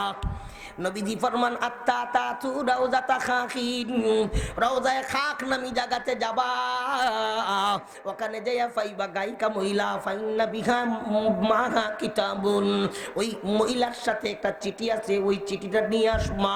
আলী রাদিয়াল্লাহু তাআলা ফরমান আমি আর জুবাইর আর সাথী তিনজন মিলায়াম পাগল পালা হইয়া গোড়া দৌড়াইয়া দৌড়াইয়া যাইতে যাইতে নবী করিম সাল্লাল্লাহু আলাইহি ওয়াসাল্লাম রওজায়ে খাকের কথা বলেছিলেন। ঠিক রওজায়ে খাকে গিয়া মহিলাটারে পাইছি, ব্যারিকেড দিছি। সুবহানাল্লাহ। নবীজি বলছেন রওজায়ে খাক, ঠিক রওজায়ে খাকের মধ্যেই গিয়ে মহিলাটারে পাইছেন। তার সোয়ারির সামনে তিনজনে সোয়ারি দাঁড় করাইছেন, নামো। নামছে। হযরতে আলী রাদিয়াল্লাহু আনহু বলেন হাতিল কিতাব, তোমার কাছে একটা চিঠি আছে, চিঠিটা দিয়া দাও। এটি কয় তো মামা ইমিন কিতাবিন, না না আমার কাছে কোনো চিঠি নাই। মহিলা মানুষ কয় মামা ইমিন কিতাবিন, আমার কাছে কোনো চিঠি নাই। কি কয় তোমার কাছে চিঠি নাই? ও দেখো না বেগু কলতা খুলে দিলিছে, দেখো বেগ সোলা বস্তা যা আছে খুলে দিলিছে, দেখো খুলিয়া দেখা যায় বেগ নাই। যখন মহিলা সত্য না রাসূল করিম সাল্লাল্লাহু সত্য? রাসূল করিম সাল্লাল্লাহু আলাইহি ওয়াসাল্লাম সত্য। আল্লাহর নবী বলেছেন তার কাছে চিঠি আছে, ও অবশ্যই আছে। এবার হযরত আলী রাদিয়াল্লাহু তাআলা বলেন ওগো উল্টা পাল্টা করো না। দয়াল নবী বলেছেন তোমার কাছে চিঠি আছে, তোমার কাছে চিঠি আছে, অবশ্যই আছে। লাতুতিয়ান্নাল কিতাব আও লানুজাররিদান্নাকি, তুমি আঞ্চলিক ভাষায় কথাটা কই, চিঠি গান বালা মানুষলান দিলা অন্য তোমার খাবার কুলিয়া চেক করবো। এটা নাউজুবিল্লাহ কি কয়? এটা নাউজুবিল্লাহর কথা না, হযরত আলী রাদিয়াল্লাহু বলছেন লাতুতিয়ান্নাল কিতাব আও লানুজাররিদান্নাকি। দয়াল নবী বলেছেন তোর কাছে চিঠি আছে, ভাই ভাই চিঠিটা দিয়ে দে, নতুবা কাফর করলিয়া তোমার শরীরের পয়েন্টে পয়েন্টে চেক করে চিঠি বের করা হবে। চিঠি না দিলে উপায় নাই। এই গায়িকা মহিলা যখন দেখছে আর কোনো ফত নাই, চিঠি দিতেইব। তো এক রিবায়াতের মধ্যে আছে এমনি আর ঢুকাইছে, ঢুকাইয়া খমরের তল তাকি কোমরের তল থেকে চিঠিটা বাইর করে দিছে। আরেক রিবায়াতের মধ্যে আছে মাথার চুলের ভিতরে কুফা, কুফার ভিতর তাকে চিঠি বাইর করে দিছে। টুকাইয়া কেমনে পাইতেন? চুলের কুফা মুহাদ্দিসিনে কেরাম লেখেন এমনি আর ঢুকাইয়া পিছন দিক দিয়ে নিয়া কোমর থেকে আনছের জন্য এক এক রাউই এক এক রকম বর্ণনা করেছেন। এক রিওয়ায়াতে পাওয়া যায় কুফার ভিতর থেকে, এক রিওয়ায়াতে পাওয়া যায় কোমরের সিফার ভিতর থেকে। যাই হোক দুনো বর্ণনাই ঠিক আছে। এইবার মহিলা যখন চিঠি দিয়া দিল, তারে স্বাধীন ছেড়ে দিলেন। আলী রাদিয়াল্লাহু তাআলা চিঠিটারে লইয়া দৌড়াইয়া রওনা দিলেন। দয়াল নবী সাল্লাল্লাহু আলাইহি ওয়াসাল্লামের খেদমতে হাজির চিঠি হাজির করলেন। এইবার চিঠি দেখা যায় ফাইদান ফিহি মিন হাতিব ইবনে আবি বালতাতা, হাতিব ইবনে আবি বালতা রাদিয়াল্লাহু তাআলার পক্ষ থেকে মক্কার বড় বড় লিডারদের ব্যাপারে, যেখানে নবীজির গোপন কিছু তথ্য ফাঁস করা হয়েছে। হযরতে ওমর ইবনুল খাত্তাব রাদিয়াল্লাহু তাআলা আনহু রাসূল করিম সাল্লাল্লাহু আলাইহি ওয়াসাল্লামকে ফরমান দানি আকতুল উনুকা হাদাল মুনাফিক, ইয়া রাসূলুল্লাহ সাল্লাল্লাহু আলাইহি ওয়াসাল্লাম এত বড় মুনাফিক ইসলামের তথ্য, আপনার গোপন তথ্য ফাঁস করে দিল, আমাকে অনুমতি দিয়া দেন, আমি হাতিব ইবনে আবি বালতার মাথা উড়াইয়া দেই। হযরত রাসূল করিম সাল্লাল্লাহু আলাইহি ওয়াসাল্লাম হাতিব ইবনে আবি বালতাকে বলেন ও হাতিব, ইয়া হাতিব কি ব্যাপার, কি করলাই? হযরত হাতিব ইবনে আবি বালতা রাদিয়াল্লাহু আনহু ফরমান লা তাজাল আলাইয়া ইয়া রাসূলুল্লাহ, ইয়া রাসূলুল্লাহ আমার উপরে আপনি দ্রুত ফয়সালা করিয়েন না, আমার বক্তব্য শোনার চেষ্টা করেন। নবীজি বললেন তোমার বক্তব্য শুনবো, বলো।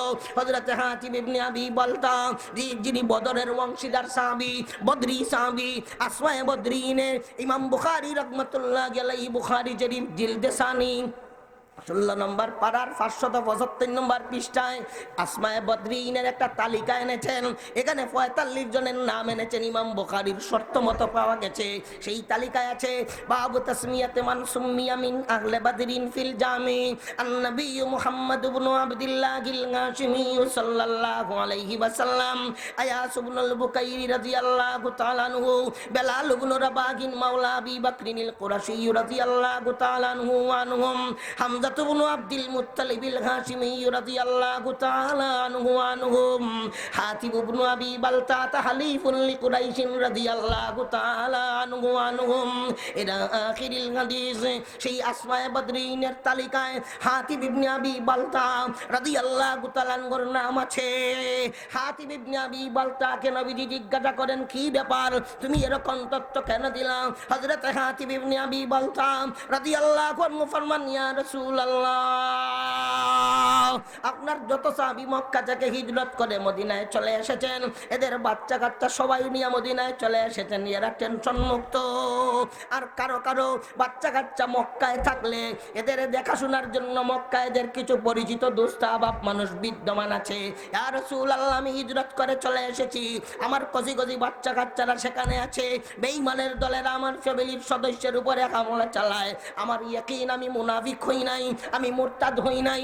যেহেতু আপনি মক্কাতুল মুকাররমায় হামলা চালাইবেন, আল্লাহ তাআলা আপনাকে বিজয় দান করবেন। এই বিজয় আল্লাহ তাআলা দিবেন, কেউ ঠেকাতে পারবে না। আমি তত্ত্ব দিয়া দিল, আমার তত্ত্বভাতে বিজয়কে কেউ ঠেকাতে পারবে না, বিজয় আটকাবে না। কিন্তু আমি চিঠি দিলাম, উদ্দেশ্য হইল বেঈমানের দলেরা লিডাররা আমার পক্ষ থেকে চিঠি পাওয়ার পরে আমার বাচ্চার প্রতিশোধ হয়ে যাবে। সুবহানাল্লাহ। ওই সময় হযরত রাসূল করিম সাল্লাল্লাহু আলাইহি ওয়াসাল্লাম ফরমান, সাদাকা হাতিব, হাতিব ইবনে আবি বালতা সত্য বলেছেন, নবীজি ছেড়ে দিয়েছেন। এরপরে হযরত ওমর বলেন, দানি আকতুল উনুকা হাযাল মুনাফিক ইয়া রাসূলুল্লাহ, ইয়া রাসূলুল্লাহ সাল্লাল্লাহু আলাইহি ওয়াসাল্লাম, আমারে সুযোগ দিয়া দেন, মুনাফিকের মাথা উড়াইয়া দেই। দয়াল নবী ফরমান, আমা আলিম তান্নাহু কাদ শাহিদা বাদরা, আমা আলিম তান্নাহু কাদ শাহিদা বাদরা, ওয়ালা আল্লাহ তাআলা আলা আহলে বদর ফাকালা ইমালু মা শিতুম ফাকাদ গাফারতু লাকুম, আও কামা কালা সাইয়্যিদুনা রাসূলুল্লাহ সাল্লাল্লাহু আলাইহি ওয়াসাল্লাম। ওরে ওমর, তুমি বারবার বলো তার মাথা উড়িয়ে দিতে, তোমার কি জানা নাই সে বদরের অংশগ্রহণকারীদের একজন? তুমি জানো বদরে যারা অংশগ্রহণ করেছিলেন এদের ব্যাপারে আল্লাহ তাআলার ঘোষণা, এ বদরের অংশীদার মুহাম্মদুর রাসূলুল্লাহর সাহাবীরা, বদরের যুদ্ধের পরে তোমরা যা পারো আমল করো, আমি আজীবনের জন্য তোমাদের মাফ করে দিলাম।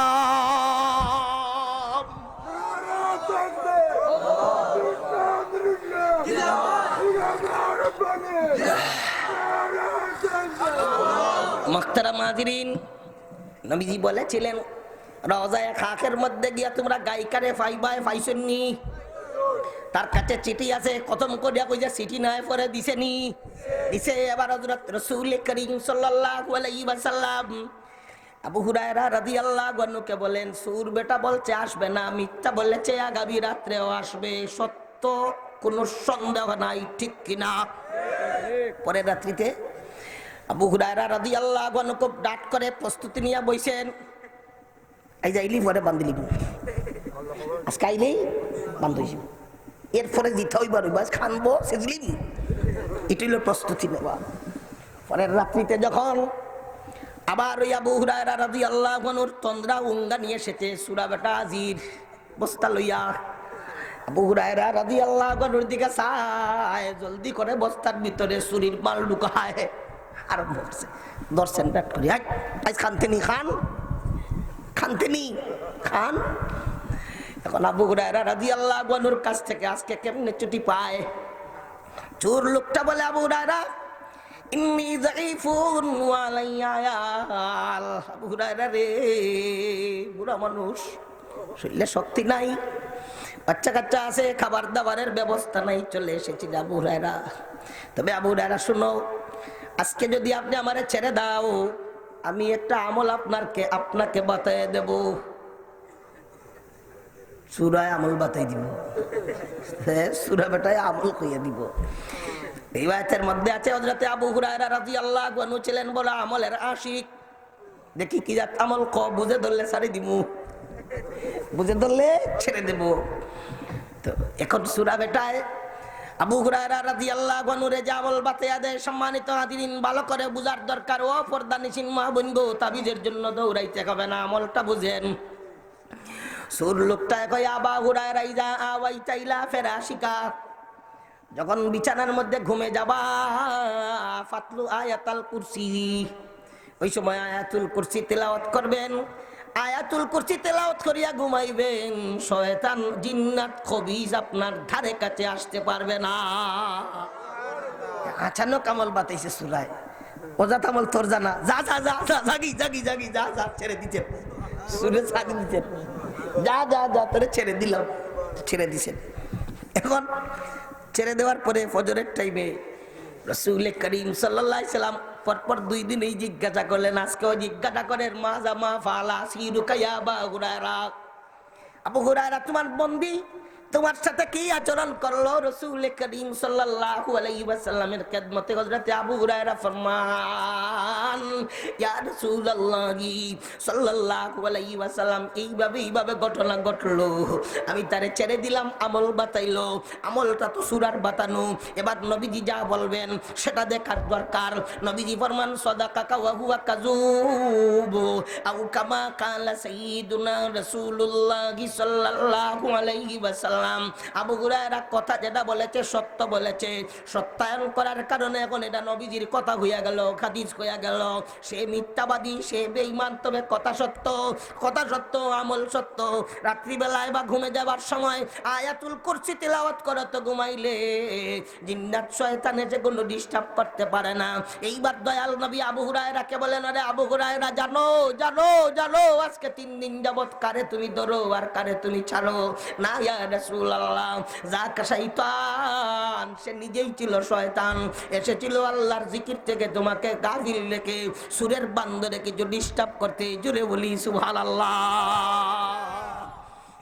2টা ফজিলত শুনলাম, আরো যদি ফজিলত হইতে আজকে ফজিলত হইতে হইতে শেষ হইব আর না।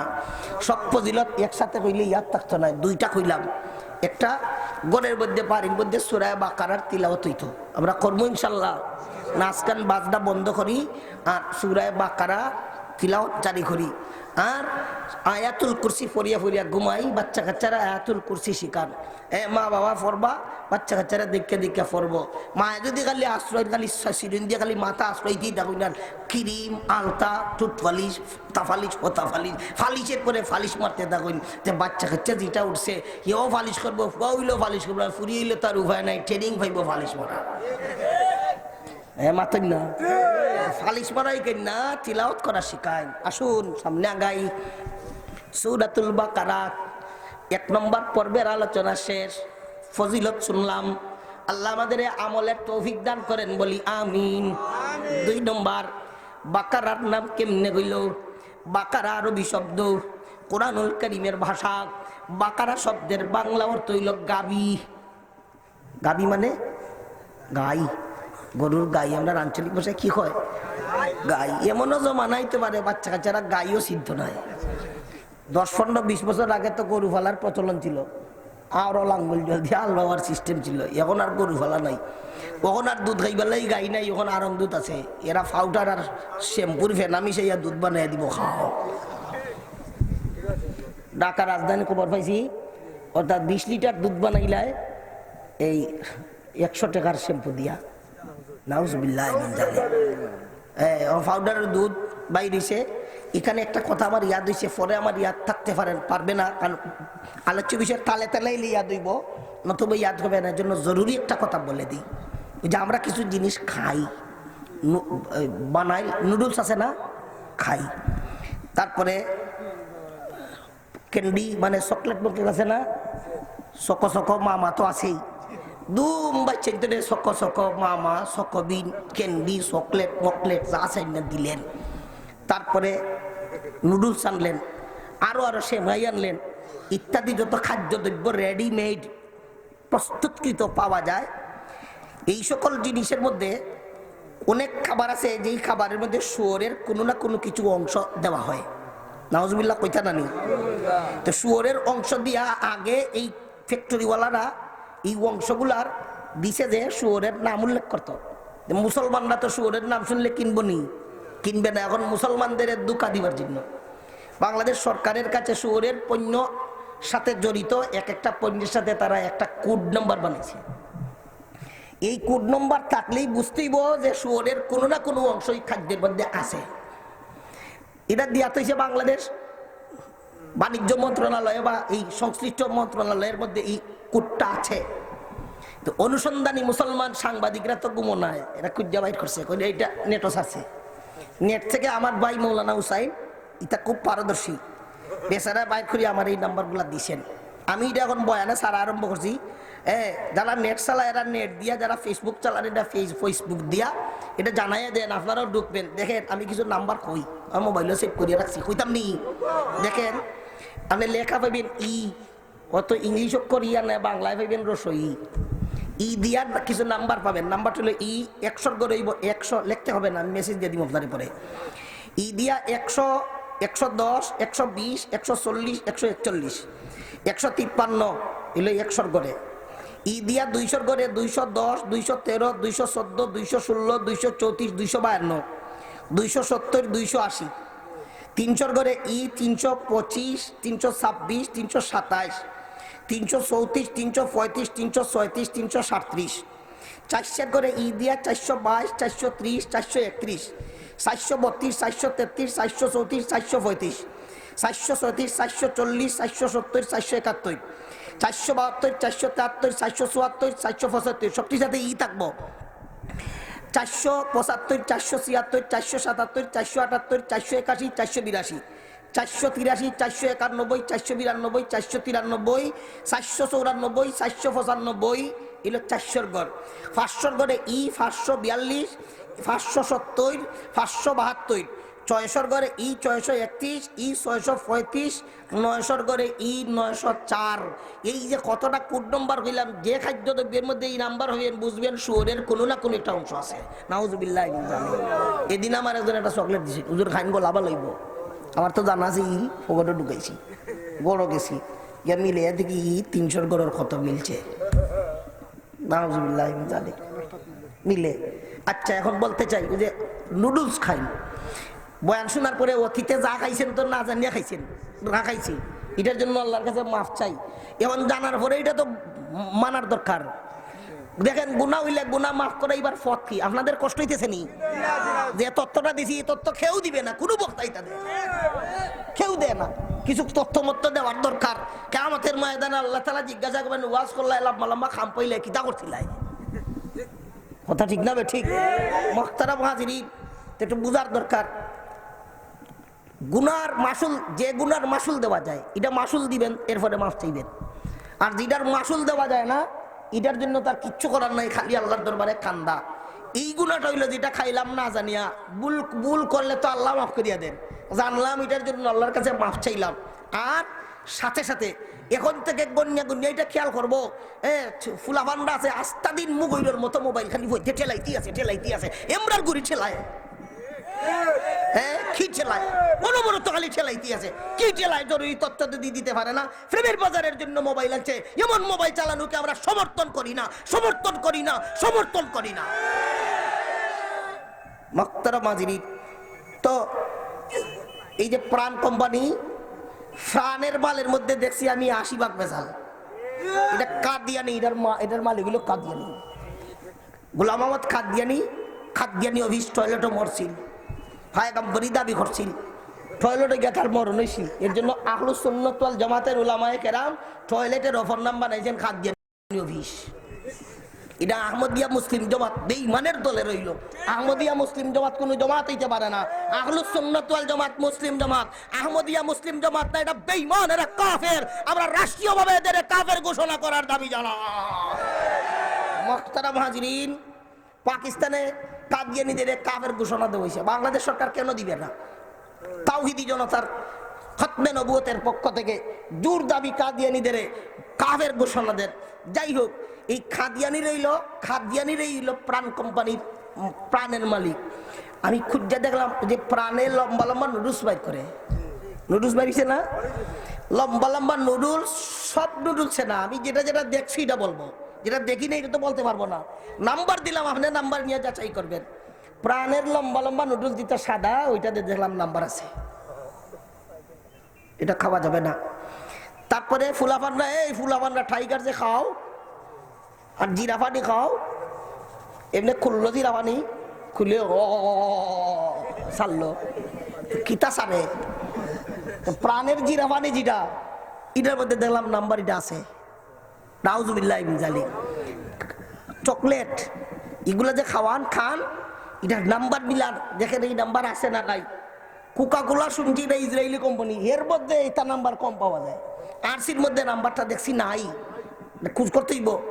কোকা-কোলার পণ্য এগুলার মধ্যে বেজাল দেখছি অনেকটা কম, কিন্তু প্রাণ কোম্পানির মালের মধ্যে যথেষ্ট বেজাল।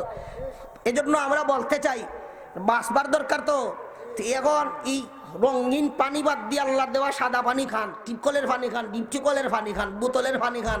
এই রঙিন ড্রিঙ্ক নামে যে পানি আছে এটা খাওয়া বাদ দেন হারাম থেকে বাঁচার জন্য। আমার কথা আপনারা মানছেন নি? আল্লাহ তাআলা হেফাজত করেন, সকলেই বলি আমিন। মাখতারা মাজিনের একটা তত্ত্ব দিলাম, আপনারা খুশি হয়েছেন তো? তত্ত্ব দিলাম, খুশি হয়েছেন তো? আল্লাহ যেন খুশি হইয়া নাজাতের ওসিলা বানায়া দেন, আল্লাহুম্মা আমিন। সম্মানিত হাজিরিন, আসুন সামনে আলোচনায় যাই। তো বলতেছিলাম বাকারা, যার বাংলার ছিল গাবি, ওই কইতে কইতে কইছিলাম যে কেমনে কেমনে চলে আসলো। তো গাবি একদিন সময় এরকমও আসবে যে গাবি বাচ্চা কাচ্চারা চিনবেই না, জি ইনশাল্লাহ। সম্মানিত হাজিরিন, একটা গাবির ঘটনা ঘটছিল বনি ইসরাইলে। কি ঘটনা? একটা গাবি জবাই করার ঘটনা ঘটেছিল। বনি ইসরাইলে একজন জমিদার ছিলেন। ওই জমিদার ব্যক্তি, তার কোনো পুত্র সন্তান ছিল না, ছিল তার একটা মেয়ে সন্তান। তার একটা ভাতিজা ছিল, বকাটে গুন্ডা টাইপের। এই ভাতিজা একদিন প্রাপ্তবয়স্ক, চিন্তা করে আমার চাচার পরে চাচার জমিদারির ডাইরেক্টর তো চাচার গরব বোন জামাই, ঠিক নি? চাচার গরব ভাই নাই, বোন আছে। বইনদে যে বিয়া করবো, বইনার বোন জামাই মিলাইয়া ডাইরেক্টর হইব, পরিচালক হইব। আমি যদি চাচাতো বোনটারে বিয়ে করে দেই, তাইলে সম্পত্তির ডাইরেক্টর, জমিদারির ডাইরেক্টর আমি হয়ে যাব, ডাইরেক্টরই আমার কাছে চলে আসবে। এই চিন্তায় তার চাচার কাছে রাহবার মাধ্যমে খবর পাঠাইছে, প্রস্তাব পাঠাইছে বিয়ের।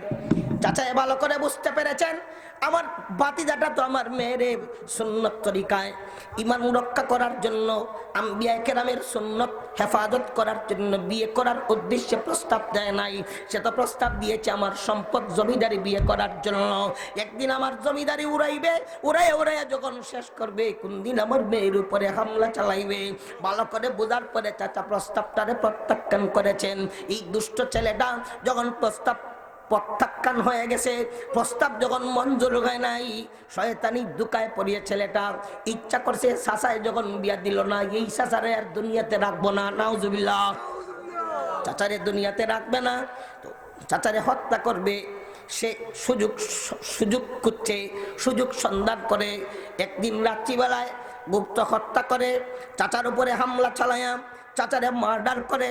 এই চাচার মৃত্যু নিশ্চিত হওয়ার পরে চাচার লাশ কান্দে উঠাইয়া এই এলাকার একদল নিরীহ নিরপরাধ শান্তিপ্রিয় মানুষ এলাকা ছেড়ে হাওরের মধ্যে বাউন্ডারি বানাইয়া ফিতনা ফসাদ থেকে বাঁচার জন্য চলে গিয়েছিলেন। এদের বাড়ির গেইটের সামনে লাশটারে ফালাইয়া এসে তার ঘরে নাক ডাকাইয়া ঘুম দেওয়া আরম্ভ করেছে। সকালবেলায় আওয়াজ উঠছে, অমুক জমিদার মারা গেছেন। কে মারলো, কে মারলো? মানুষ যাকে যাকে যায় গেইটের সামনে লাশ দেখে চলে আসে নিশ্চিত এই বাড়ির মানুষ এই জমিদারকে মারে নাই, কোন গুন্ডায় হত্যা করে এদের দোষী বানাইবার জন্য এদের বাড়ির গেটের সামনে এসে ফেলে দিয়েছে। বাতিজাটাও তার কামরা থেকে বের হইয়া দৌড়াইয়া চাচার লাশের সামনে গিয়া এইভাবে বিলাপ আরম্ভ করছে, আমার চাচা রেখে খান্দে, আমার চাচার খুনের বদলা খুন চাই, হত্যার বদলা হত্যা চাই, নিলে জান দিয়া দিমু, খান্দে। এটার নাম আসল খান্দা না, এটার নাম হইল মায়া কান্না। এটার নাম কি? মায়া কান্না।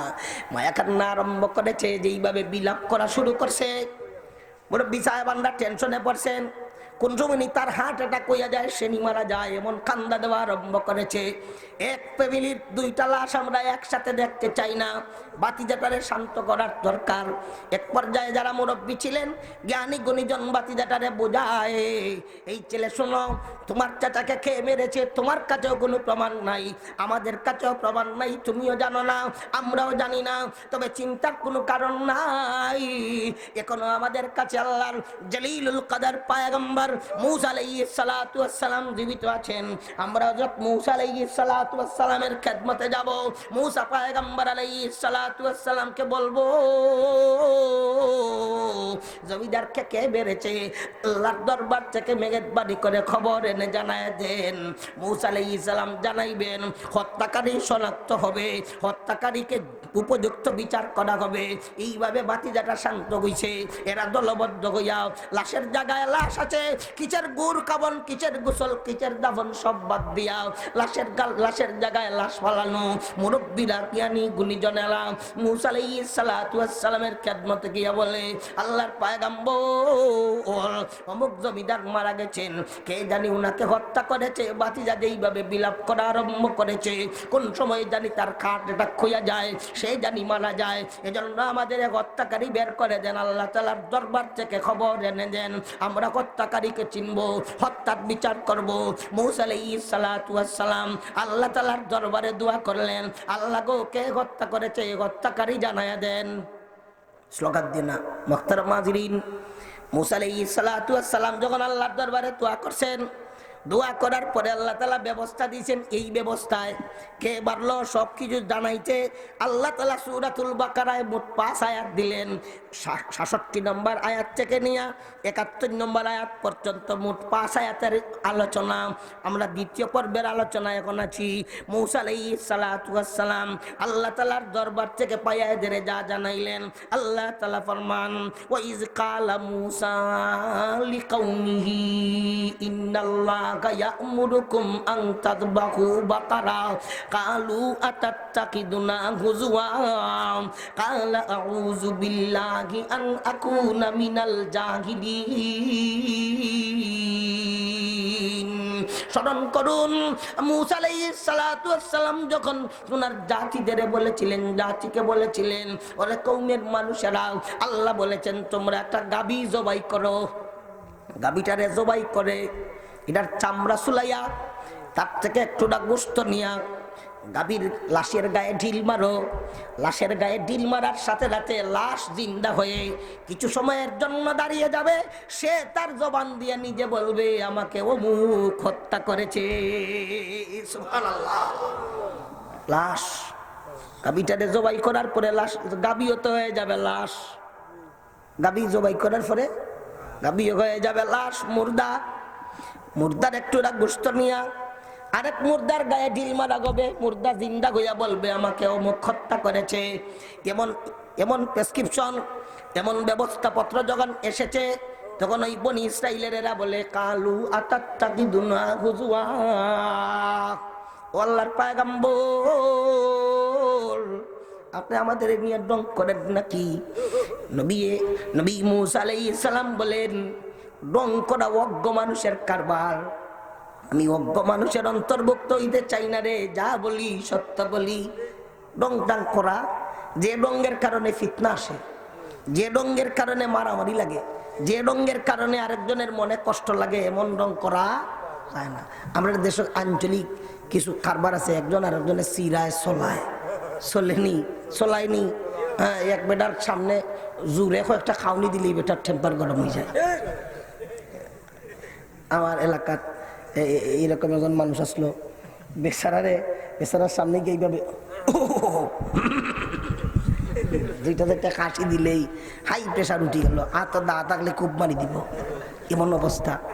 এক বেটা কইয়া দিছে, তুমি এক ফকির রে ওকর বাড়ি যাইবা, এমনি যাইবা, আর তার ঘরের সামনে গিয়ে তুমি আমি যেমনি করছি এমনি করবা। কইয়া ভিক্ষা চাইবা, তো তোমার বস্তা ভরিয়ে দিলেই দিবনি বস্তা ভরিয়া। কই দিব ভিক্ষুকর চলার, কই দিব ভিক্ষু। এই যে কারবারটা করলো, এটা বালা করছে, মারাত্মক খারাপ জিনিস। আচ্ছা দেখেন, কলা খাইলো, কলা খাইয়া রাস্তার মধ্যে কলার ছালটা ফালাই দিল, আরেকজনে ফিসলা খাইয়া পড়লো। হাদিস শরীফের মধ্যে আছে এরকম কষ্টদায়ক জিনিস রাস্তাঘাট থেকে সরানো, এটা ইমানের অংশ। এখন একজনে ফালাইল, করলো এটা অমানবিক কারবার, আর আরেকজনে ফিসলা খাইয়া পড়লো, ফরার পরে আরো 5 জন মানুষ দ্বারা তাকে আসে। নাউজুবিল্লাহ মিন যালিক।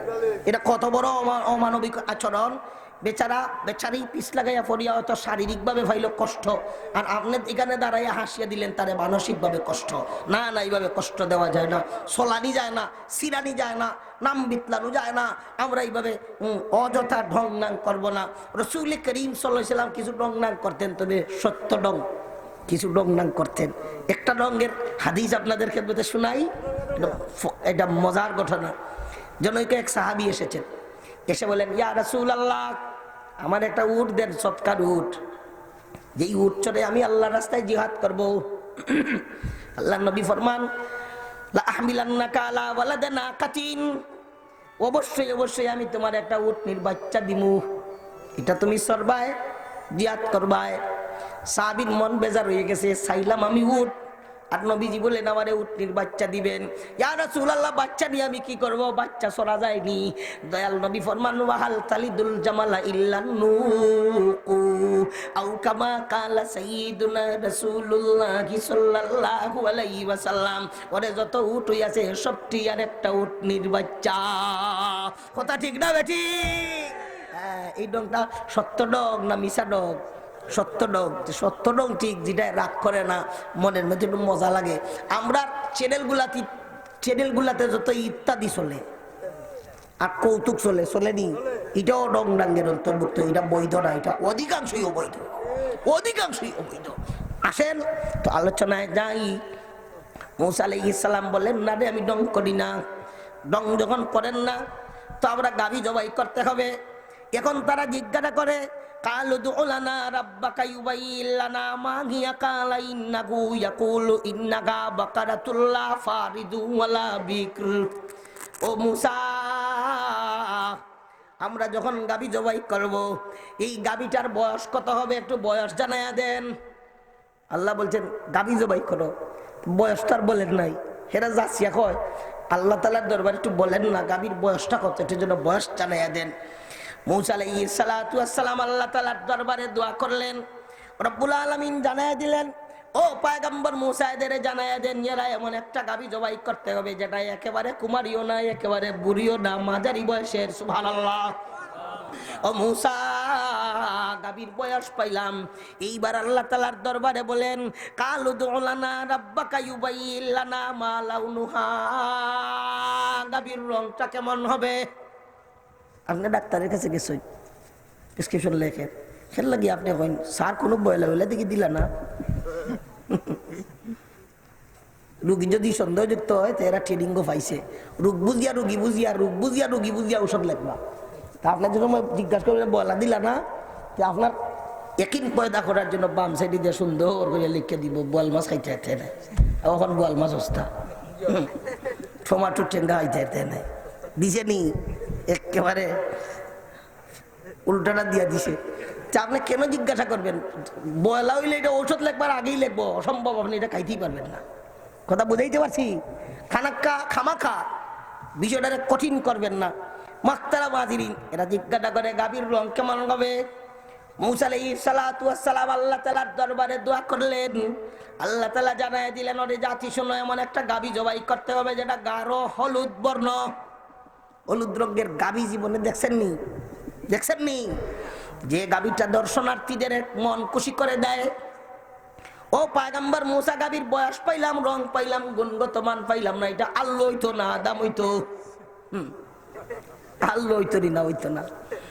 মূসা আলাইহিস সালাতু ওয়াস সালামকে আল্লাহ তাআলা জানায় দেন, রব্বুল আলামিন বলছেন এমন একটা গাভী তোমরা জবাই করবে, লা দালুলুন তুসিরুল আরদা ওয়ালা তাসকিল হারসা মুসাল্লামাতুল লা শিয়াতা ফিহা, কোনোদিন তারে জোয়ালের তলে ঢুকানো হয় নাই, ফানির সেলু মেশিনের ক্যারেঙ্গের ভিতরে ঢুকানো হয় নাই, কোনো জাতের দাগ খত তার শরীরে নাই। নিকুত একটা গাভী তো ওরা জবাই করতে হবে। ওই সময় তারা ইনশাল্লাহ বলেছিল, ইনশাল্লাহ বলার কারণে প্রশ্ন পর্ব আল্লাহ বন্ধ করে দিয়েছেন। এইবার তারা বলে, ও মূসা সঠিক তথ্য দিলেন, ঠিকই আমরা গাভী আনবো। এরা গাভী খোঁজার জন্য মাঠে ঘাটে চতুর্দিকে খুব বের হয়েছে, যেখানেই গরুর ফাল পায় এখানেই যায়। বয়স পায় গুণগত মান পায়, রং পায় না, বয়স পায় গুণগত মান পায়, রং পায় না। এইভাবে একদিন গেল, 2 দিন গেল, 3 দিন গেল। একটা ছেলের কাছে গিয়া সেই গাভী পাইল। এই ছেলেটার কাছে গাভী কেমনে আসলো? তাফসীর ইবনে কাসীরের মধ্যে আল্লামা ইমাদউদ্দিন ইবনে কাসীর রাহমাতুল্লাহ আলাইহি লেখেন, এই ছেলেটার বাবা ছিলেন একজন মতি ব্যবসায়ী। ছেলেরে নিয়ে ব্যবসায়ী সফরে রওনা দিলেন। এক জায়গায় আরাম করার জন্য বসলেন। বাবা ঘুমিয়ে আছেন, ছেলের কাছে ব্যাগ বস্তা সামানা। এমন সময় একদল মানুষ আসলেন, এত বড় এক চাকা মূর্তি দেখাইলেন। দেখো তো এই মূর্তিটা কিনবানি, তোমার বাবা কিনবেননি? সে বলল, হ্যাঁ না, আমার আব্বু কিনবেন। তো তোমার আব্বুরে ঘুম থেকে জাগাও, আমরা এত টাকায় মূর্তিটা বিক্রি করে দেব। এমন দাম তারা বলল, যেটা ছেলের জানা মতো বুঝতে পারলো মার্কেটের এইটার চেয়ে অনেক কম। ছেলে বলে, না না, আমার বাবারে আমি এখন ঘুম থেকে উঠাতে পারবো না, আপনারা মাল নিয়ে অপেক্ষা করেন। আমার আব্বু স্বেচ্ছায় ঘুম থেকে উঠবেন, এরপরে আপনার এদের সাথে আলোচনা হবে, দাম পুরানো হবে, খরিদ বিক্রি হবে। এখন আগত লোকরা 2 দল গিয়ে গেছে। যে দাম বললো, এক দলে বলে এখন যদি ঘুম থেকে উঠাও দাম থেকে আমরা 10 টাকা কমে দিয়া দিমু। আর এক দলে বলে এখন ঘুম থেকে না উঠাইলে এই দামে দিমু না, আরো 10 টাকা বলন দিতে হবে। আবার ওই দলে বলে, দেখ ঘুম থেকে উঠে দে, আরো 10 টাকা কমে দিমু। এরা বলে এখন ঘুম থেকে না উঠাইলে আরো 10 টাকা বাড়বে। এরা বাড়তে বাড়তে অনেক উপরে চলে গেল। এরা নামতে নামতে 30 দিন গ্রামে চলে আসলো। এক পর্যায়ে ছেলেরা ত্যাক্ত হইয়া বলে, যান আপনারা যেদিক থেকে এসেছেন সেদিকে, আমার আব্বুকে আমি ঘুম থেকে উঠাবো না। আমার এখন এত সস্তায় এত লোভী হইয়া বাল কিনারও আমার দরকার নাই। এবার আলোচনা শেষ।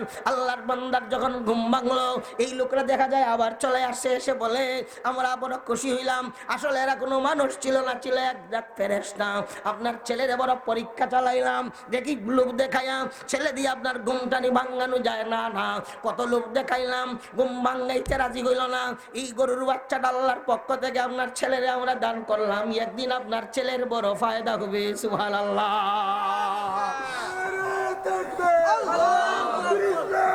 দিয়েছে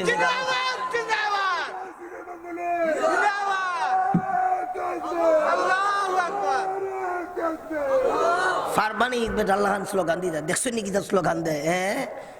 মাখতারাম হাজিরিন, এখন গাভীর বাচ্চা নিয়ে বাড়িতে চলে আসছেন। মধ্যখানে আরো অনেক আলোচনা, বলার দরকার নাই, জরুরি কথাটা শুনি। কিছুদিন পরে বাচ্চার বাবা মারা গেছেন। এই ছেলেটা গাভীর বাচ্চাটারে নিয়ে মাঠে যায়, ঘাস খাওয়ায়, এইভাবে চলতেছে। যেই দিন এরা গাভী খোঁজে, ওই গাভীটাই হইলে একেবারে বুড়াও না, জন্মিও না, কাজও করে নাই, গাঢ় হলুদ বর্ণের। সুবহানাল্লাহ।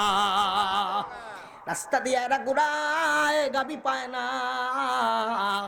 প্রথম দিন একজন বুড়া মানুষ ওনার ওই ছেলেটার সামনে এসেছেন, বাবা গাভীটা বেশ পাইনি, এত টাকা দিয়া দিমু, মার্কেট রেটের চেয়ে প্রায় 10 গুণ বেশি উনি বলছে।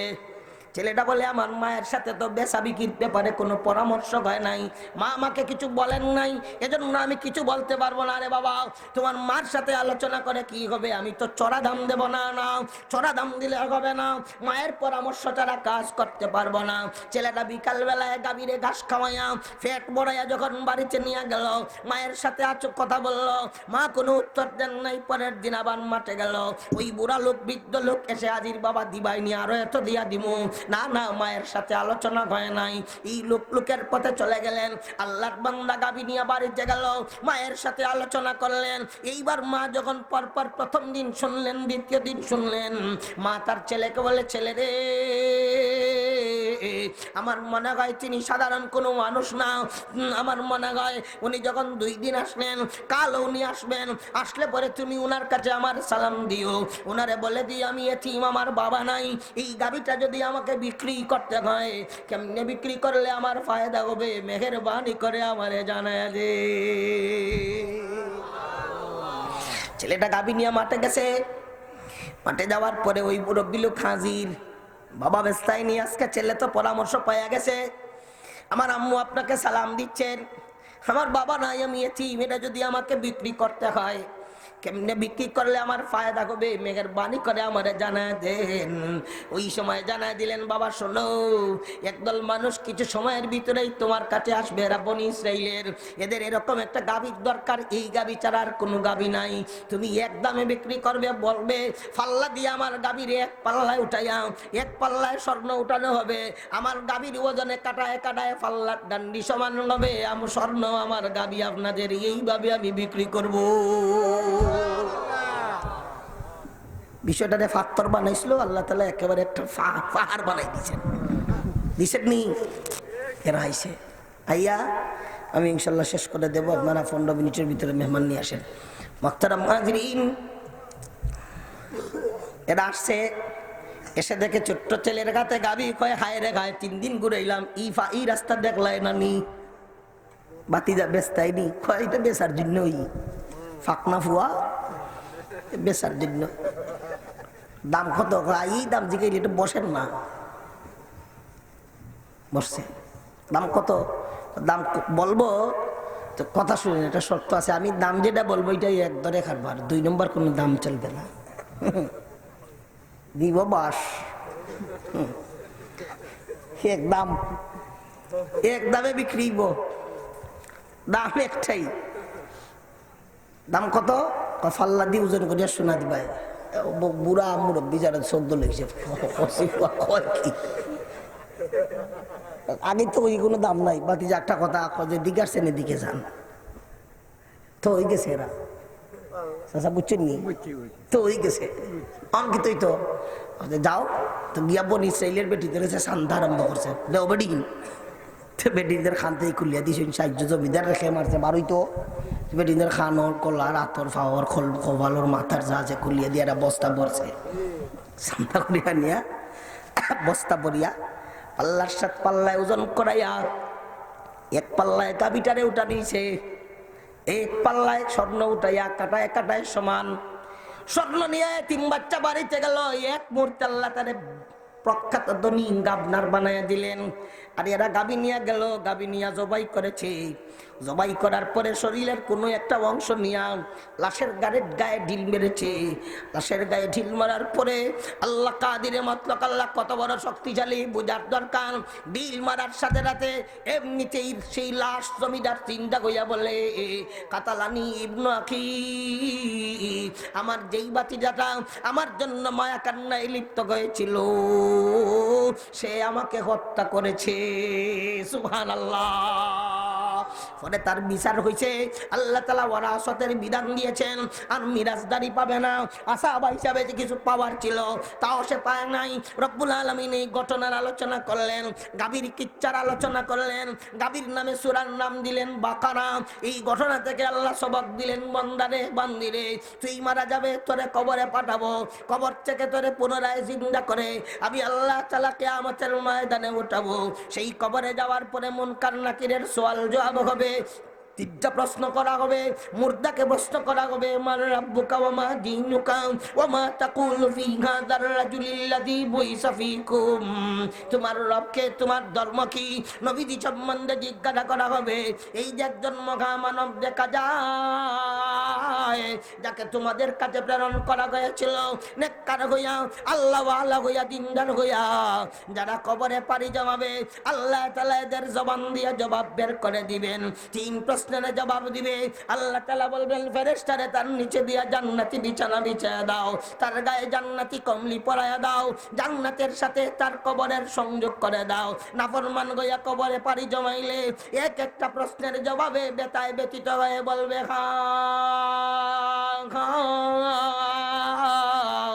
লাদিরি,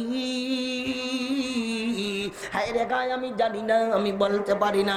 আল্লাহ বলবেন, তার নিচে দিয়া আগুনের বিছনা বিছায়া, তার গায়ে আগুনের কমলি পরায়া, জাহান্নামের সাথে কবরের সংযোগ করে দাও।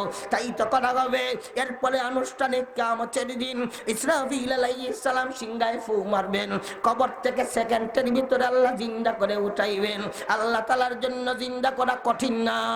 দুনিয়ার মানব দানব জিন ইনসান সকলকে আল্লাহ শিক্ষা দিলেন, একটা লাশের গোশত দিয়া আরেক আরেক লাশের গায়ে ঢিল মারাইয়া লাশকে আমি যেইভাবে সেকেন্ডের ভিতরে জিন্দা করতে পারলাম, বন্দারে বান্দিরে তোমারে জিন্দা করা আমি আল্লাহ তাআলার জন্য এইভাবে একেবারে সহজ। কথা ঠিক না বেঠিক? সম্মানিত হাজিরিন, আমরা আখিরাতের সামানা তৈরি করি, আমরা আখিরাতের সামানা তৈরি করি, 5 ওয়াক্তের নামাজ কায়েম করি, নাচ গান বাজনা ত্যাগ করি। পর্দানিসীন মা বোন গো, যুবতী বইনেরা, সুন্দর সুন্দর পাতলা জামা পরলে একটু সুন্দর লাগবো, এই সুন্দরের ত্যাগ করো আর শালীন বদ্র সুন্নতি জামা পরিধান করো। কবরে যাবার পরে আল্লাহ জান্নাতে বিছনা দিবেন, আর জান্নাতে যাবার পরে আল্লাহ সজরায় তুবা দিবেন। তুমি চাইবাই আর ঠেলার ছোটে খালি জামার জামা সেটার সেট তোমার গাছে দিতেই থাকবো।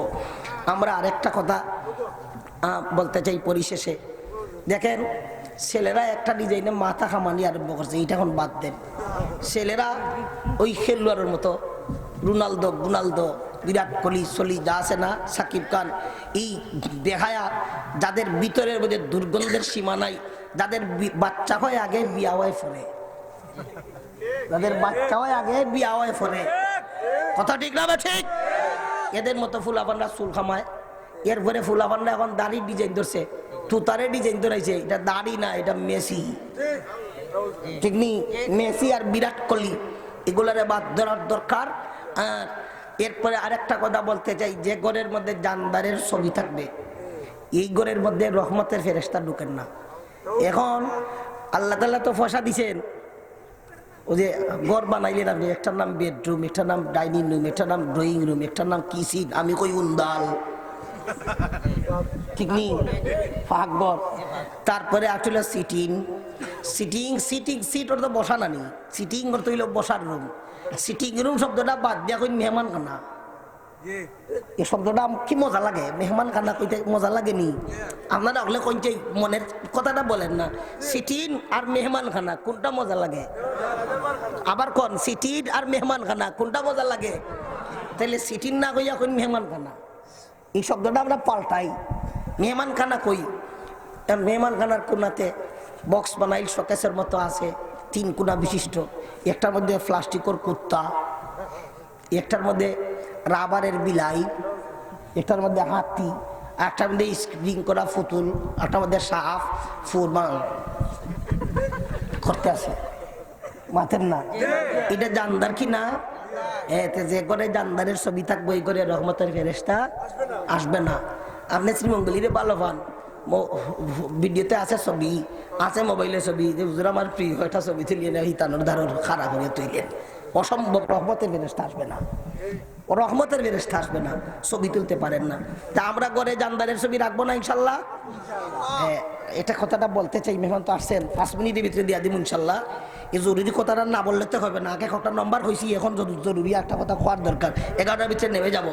মাক্তারা মাজিরে আপনি বাচ্চার জন্য কিতাবের ব্যাগ, স্কুল ব্যাগ কিনতে গেলেন, ব্যাগ কেনার সময় দেখতেন না নি বেগর মধ্যে জানদারের ছবি আছে না নাই? আস্তাটা বেগর কোনার মধ্যে খালি ফুতুল আর ফুতুল কিনলেন, বাচ্চা পিছনে টান গাইলো আর বাচ্চার জানদারের ছবি নিয়ে ঘুরাইলো। এই বাচ্চার কাছে রহমতের ফেরেশতা আসবে না, এ আল্লাহওয়ালা কেমনে হবে? আপনি বাচ্চার জন্য একটা কমলি কিনতে গেছেন, কিনার সময় উল্টাইয়া পাল্টাইয়া দেখতেন না নি জানদারের ছবি আছে নি? আস্তাটা কমলি জুড়ে একটা বাঘ, আস্তাটা কমলি জুড়ে একটা কুত্তা, আস্তাটা কমলি জুড়ে একটা সিংহ, এটা নিয়ে বাচ্চার গায়ে দিলেন, ঘুমাইলো, শয়তান দিয়ে ঘুরিয়ে দিলেন। কথা ঠিক না ঠিক? তাইলে জানদারের ছবিযুক্ত কাপড় চোপড় এগুলা কিনা জানা বাঁচার দরকার আছে নি? দুনিয়া মুমিনের জন্য জেলখানা, জেলখানা স্বাধীন না, এইভাবে দুনিয়াতে স্বাধীন চলা যাবে না, বাস বিচার করিয়া চলতে হইব। সম্মানিত হাজিরিন, আমার পরিশেষের কথাটা হইল, আমরা শালীন পোশাক পরিধান করি, মেয়েরা পর্দা করুক। আর খানাতে আমরা যখন খানা খাইমু পরিষ্কার করিয়া খানা খাইমু। চেয়ার টেবিলে খানা খাওয়া না যাইজ না, আমি ফতোয়া দিলাম যাইজ আছে চেয়ার টেবিলে খাওয়া। জি আমার জামার একজন লালাবাজার বাড়ি 5,000 টাকা মসজিদে দিয়েছেন, মানে দোয়া করতে। জি জি জি, দামানদের নাম কি? জনাব শাহাবুদ্দিন সাহেব মসজিদে 5,000 টাকা দিয়েছেন। না রে তাকবীর, আল্লাহ সদকা কবুল করো, মঞ্জুর করো। খানা খাইতে দেখেন চেয়ার টেবিলে খানা খাওয়া না যাইজ না, যাইজ আছে।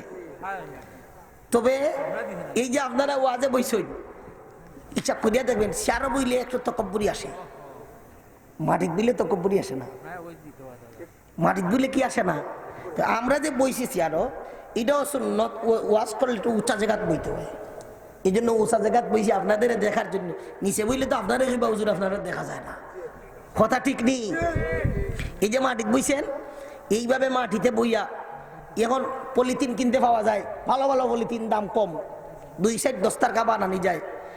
মাটিতে বইয়া খাওয়া হইল সুন্নত। তো এখন মেহমান মুসাফির অনেকেই ফ্যান্ট শার্ট পরনেওয়ালা, এরা মাটিতে বইতে পারে না। যে ফ্যান্ট শার্ট পরিধান করিয়া জুত করিয়া পেশাব করা যায় না, যে ফ্যান্ট শার্ট পরিধান করার পরে অজু গোসল ফাঁকনা ফাঁকি ঠিক রাখা যায় না, এই ফ্যান্ট আপনি ফিনবেন না ফিনবেন না এটা আপনার ইচ্ছা। আমরা ইজাত কাপড় ফিন্দি না, আমরা কাপড় ফিন্দি যেটা টয়লেটে গেলে কাপড় নিয়ে বসতে পারি, অজুর সময় বসতে পারি, প্রস্রাবে বসতে পারি। হ্যাঁ ফ্যান্ট ভাই ফ্যান্ট খারা এখন ইঞ্জিনিয়াররা বানাইছে, প্রকৌশলীরা বানাইছে, অত বড় বুঝছেন টেম মার্কা কমেট উভয় এই সেন করলো আর সারি দিল, দাঁড়াইয়া পেশাব করার ব্যবস্থা। তো যাই হোক, এখন মেহমান আপনার এরকম আছে, চেয়ার টেবিলের ব্যবস্থা রাখলেন। আপনার ঘরের মধ্যে মাটিতে সুন্নত তরিকায় খাওয়ার ব্যবস্থাটা তো রাখার দরকার। তাহলে দুইটা চালাই আমরা, নতুবা নবীজির সুন্নত তো চলে যাচ্ছে। আমরা ইদানিং দেখতেছি ও আমাদের মেহমান অনেক জায়গায় তো খাওয়াই বেরোতা কই যাই খাই গিয়া কইলাম একটু মাটিতে খাওয়াই, বইয়াম বিছনাতে সুন্নত তরিকায় খাওয়াই। দেখলাম গরওয়ালার জন্য একটা আজাব হইব, একদিনের জন্য, এক মুহূর্তের জন্য। গরওয়ালার আজাব, গরওয়ালার কষ্ট যাতে তাদের হয় না, এই জন্য আমরা ওই না আঙ্গাজের মারলাম কিরিমিরি বইয়া কোনো মতে সেটা বাদ খাইলাই। জীবনও আমরা গরো চেয়ারটিগুলো হাঁটিবে না। এটা যেটা ওয়াজ আপনার কাছে করলাম, ছবি না যাই তারপরে গান না যাই, এটা আমরা গরো নাই। 100 ভাগ আপনার মধ্যে আমল আছে, 100 ভাগ আমল আছে। এর ফলে আপনাদের খেদমতে বলতেছি, আমরা গরো চেয়ারও বইয়া বাদ খাই না। বাচ্চা কাচ্চা লইয়া মাটির বইয়া কানা খাই। দস্তারকা আছে, আইটি বড়ি দস্তারকা, আমার গরোর দস্তারকা দেখলে আপনি অবাক চাইবা কত ডিজাইনের দস্তারকা আছে। মখতারা মাজিরিন তো আমার ঘরে এডিসি যাব যাই, ম্যাজিস্ট্রেট যাই, মাটিত বইয়া খাওয়াই, খাও না, খুব ভালোই খাই, খুব ভালোই খাই। আমার 3 সেটের ঘর, ম্যাজিস্ট্রেট গেলা মাটিত বইলাম, খাইবা নিজে আলহামদুলিল্লাহ। থান ঘরে গেলাম, তাই না খাওয়াইলাম, আরে মাটিত বইয়া খাও। তো মাটিত বইয়া আমরা সুন্নত তরিকায় খানা খামো, ঠিক আছে ইনশাল্লাহ।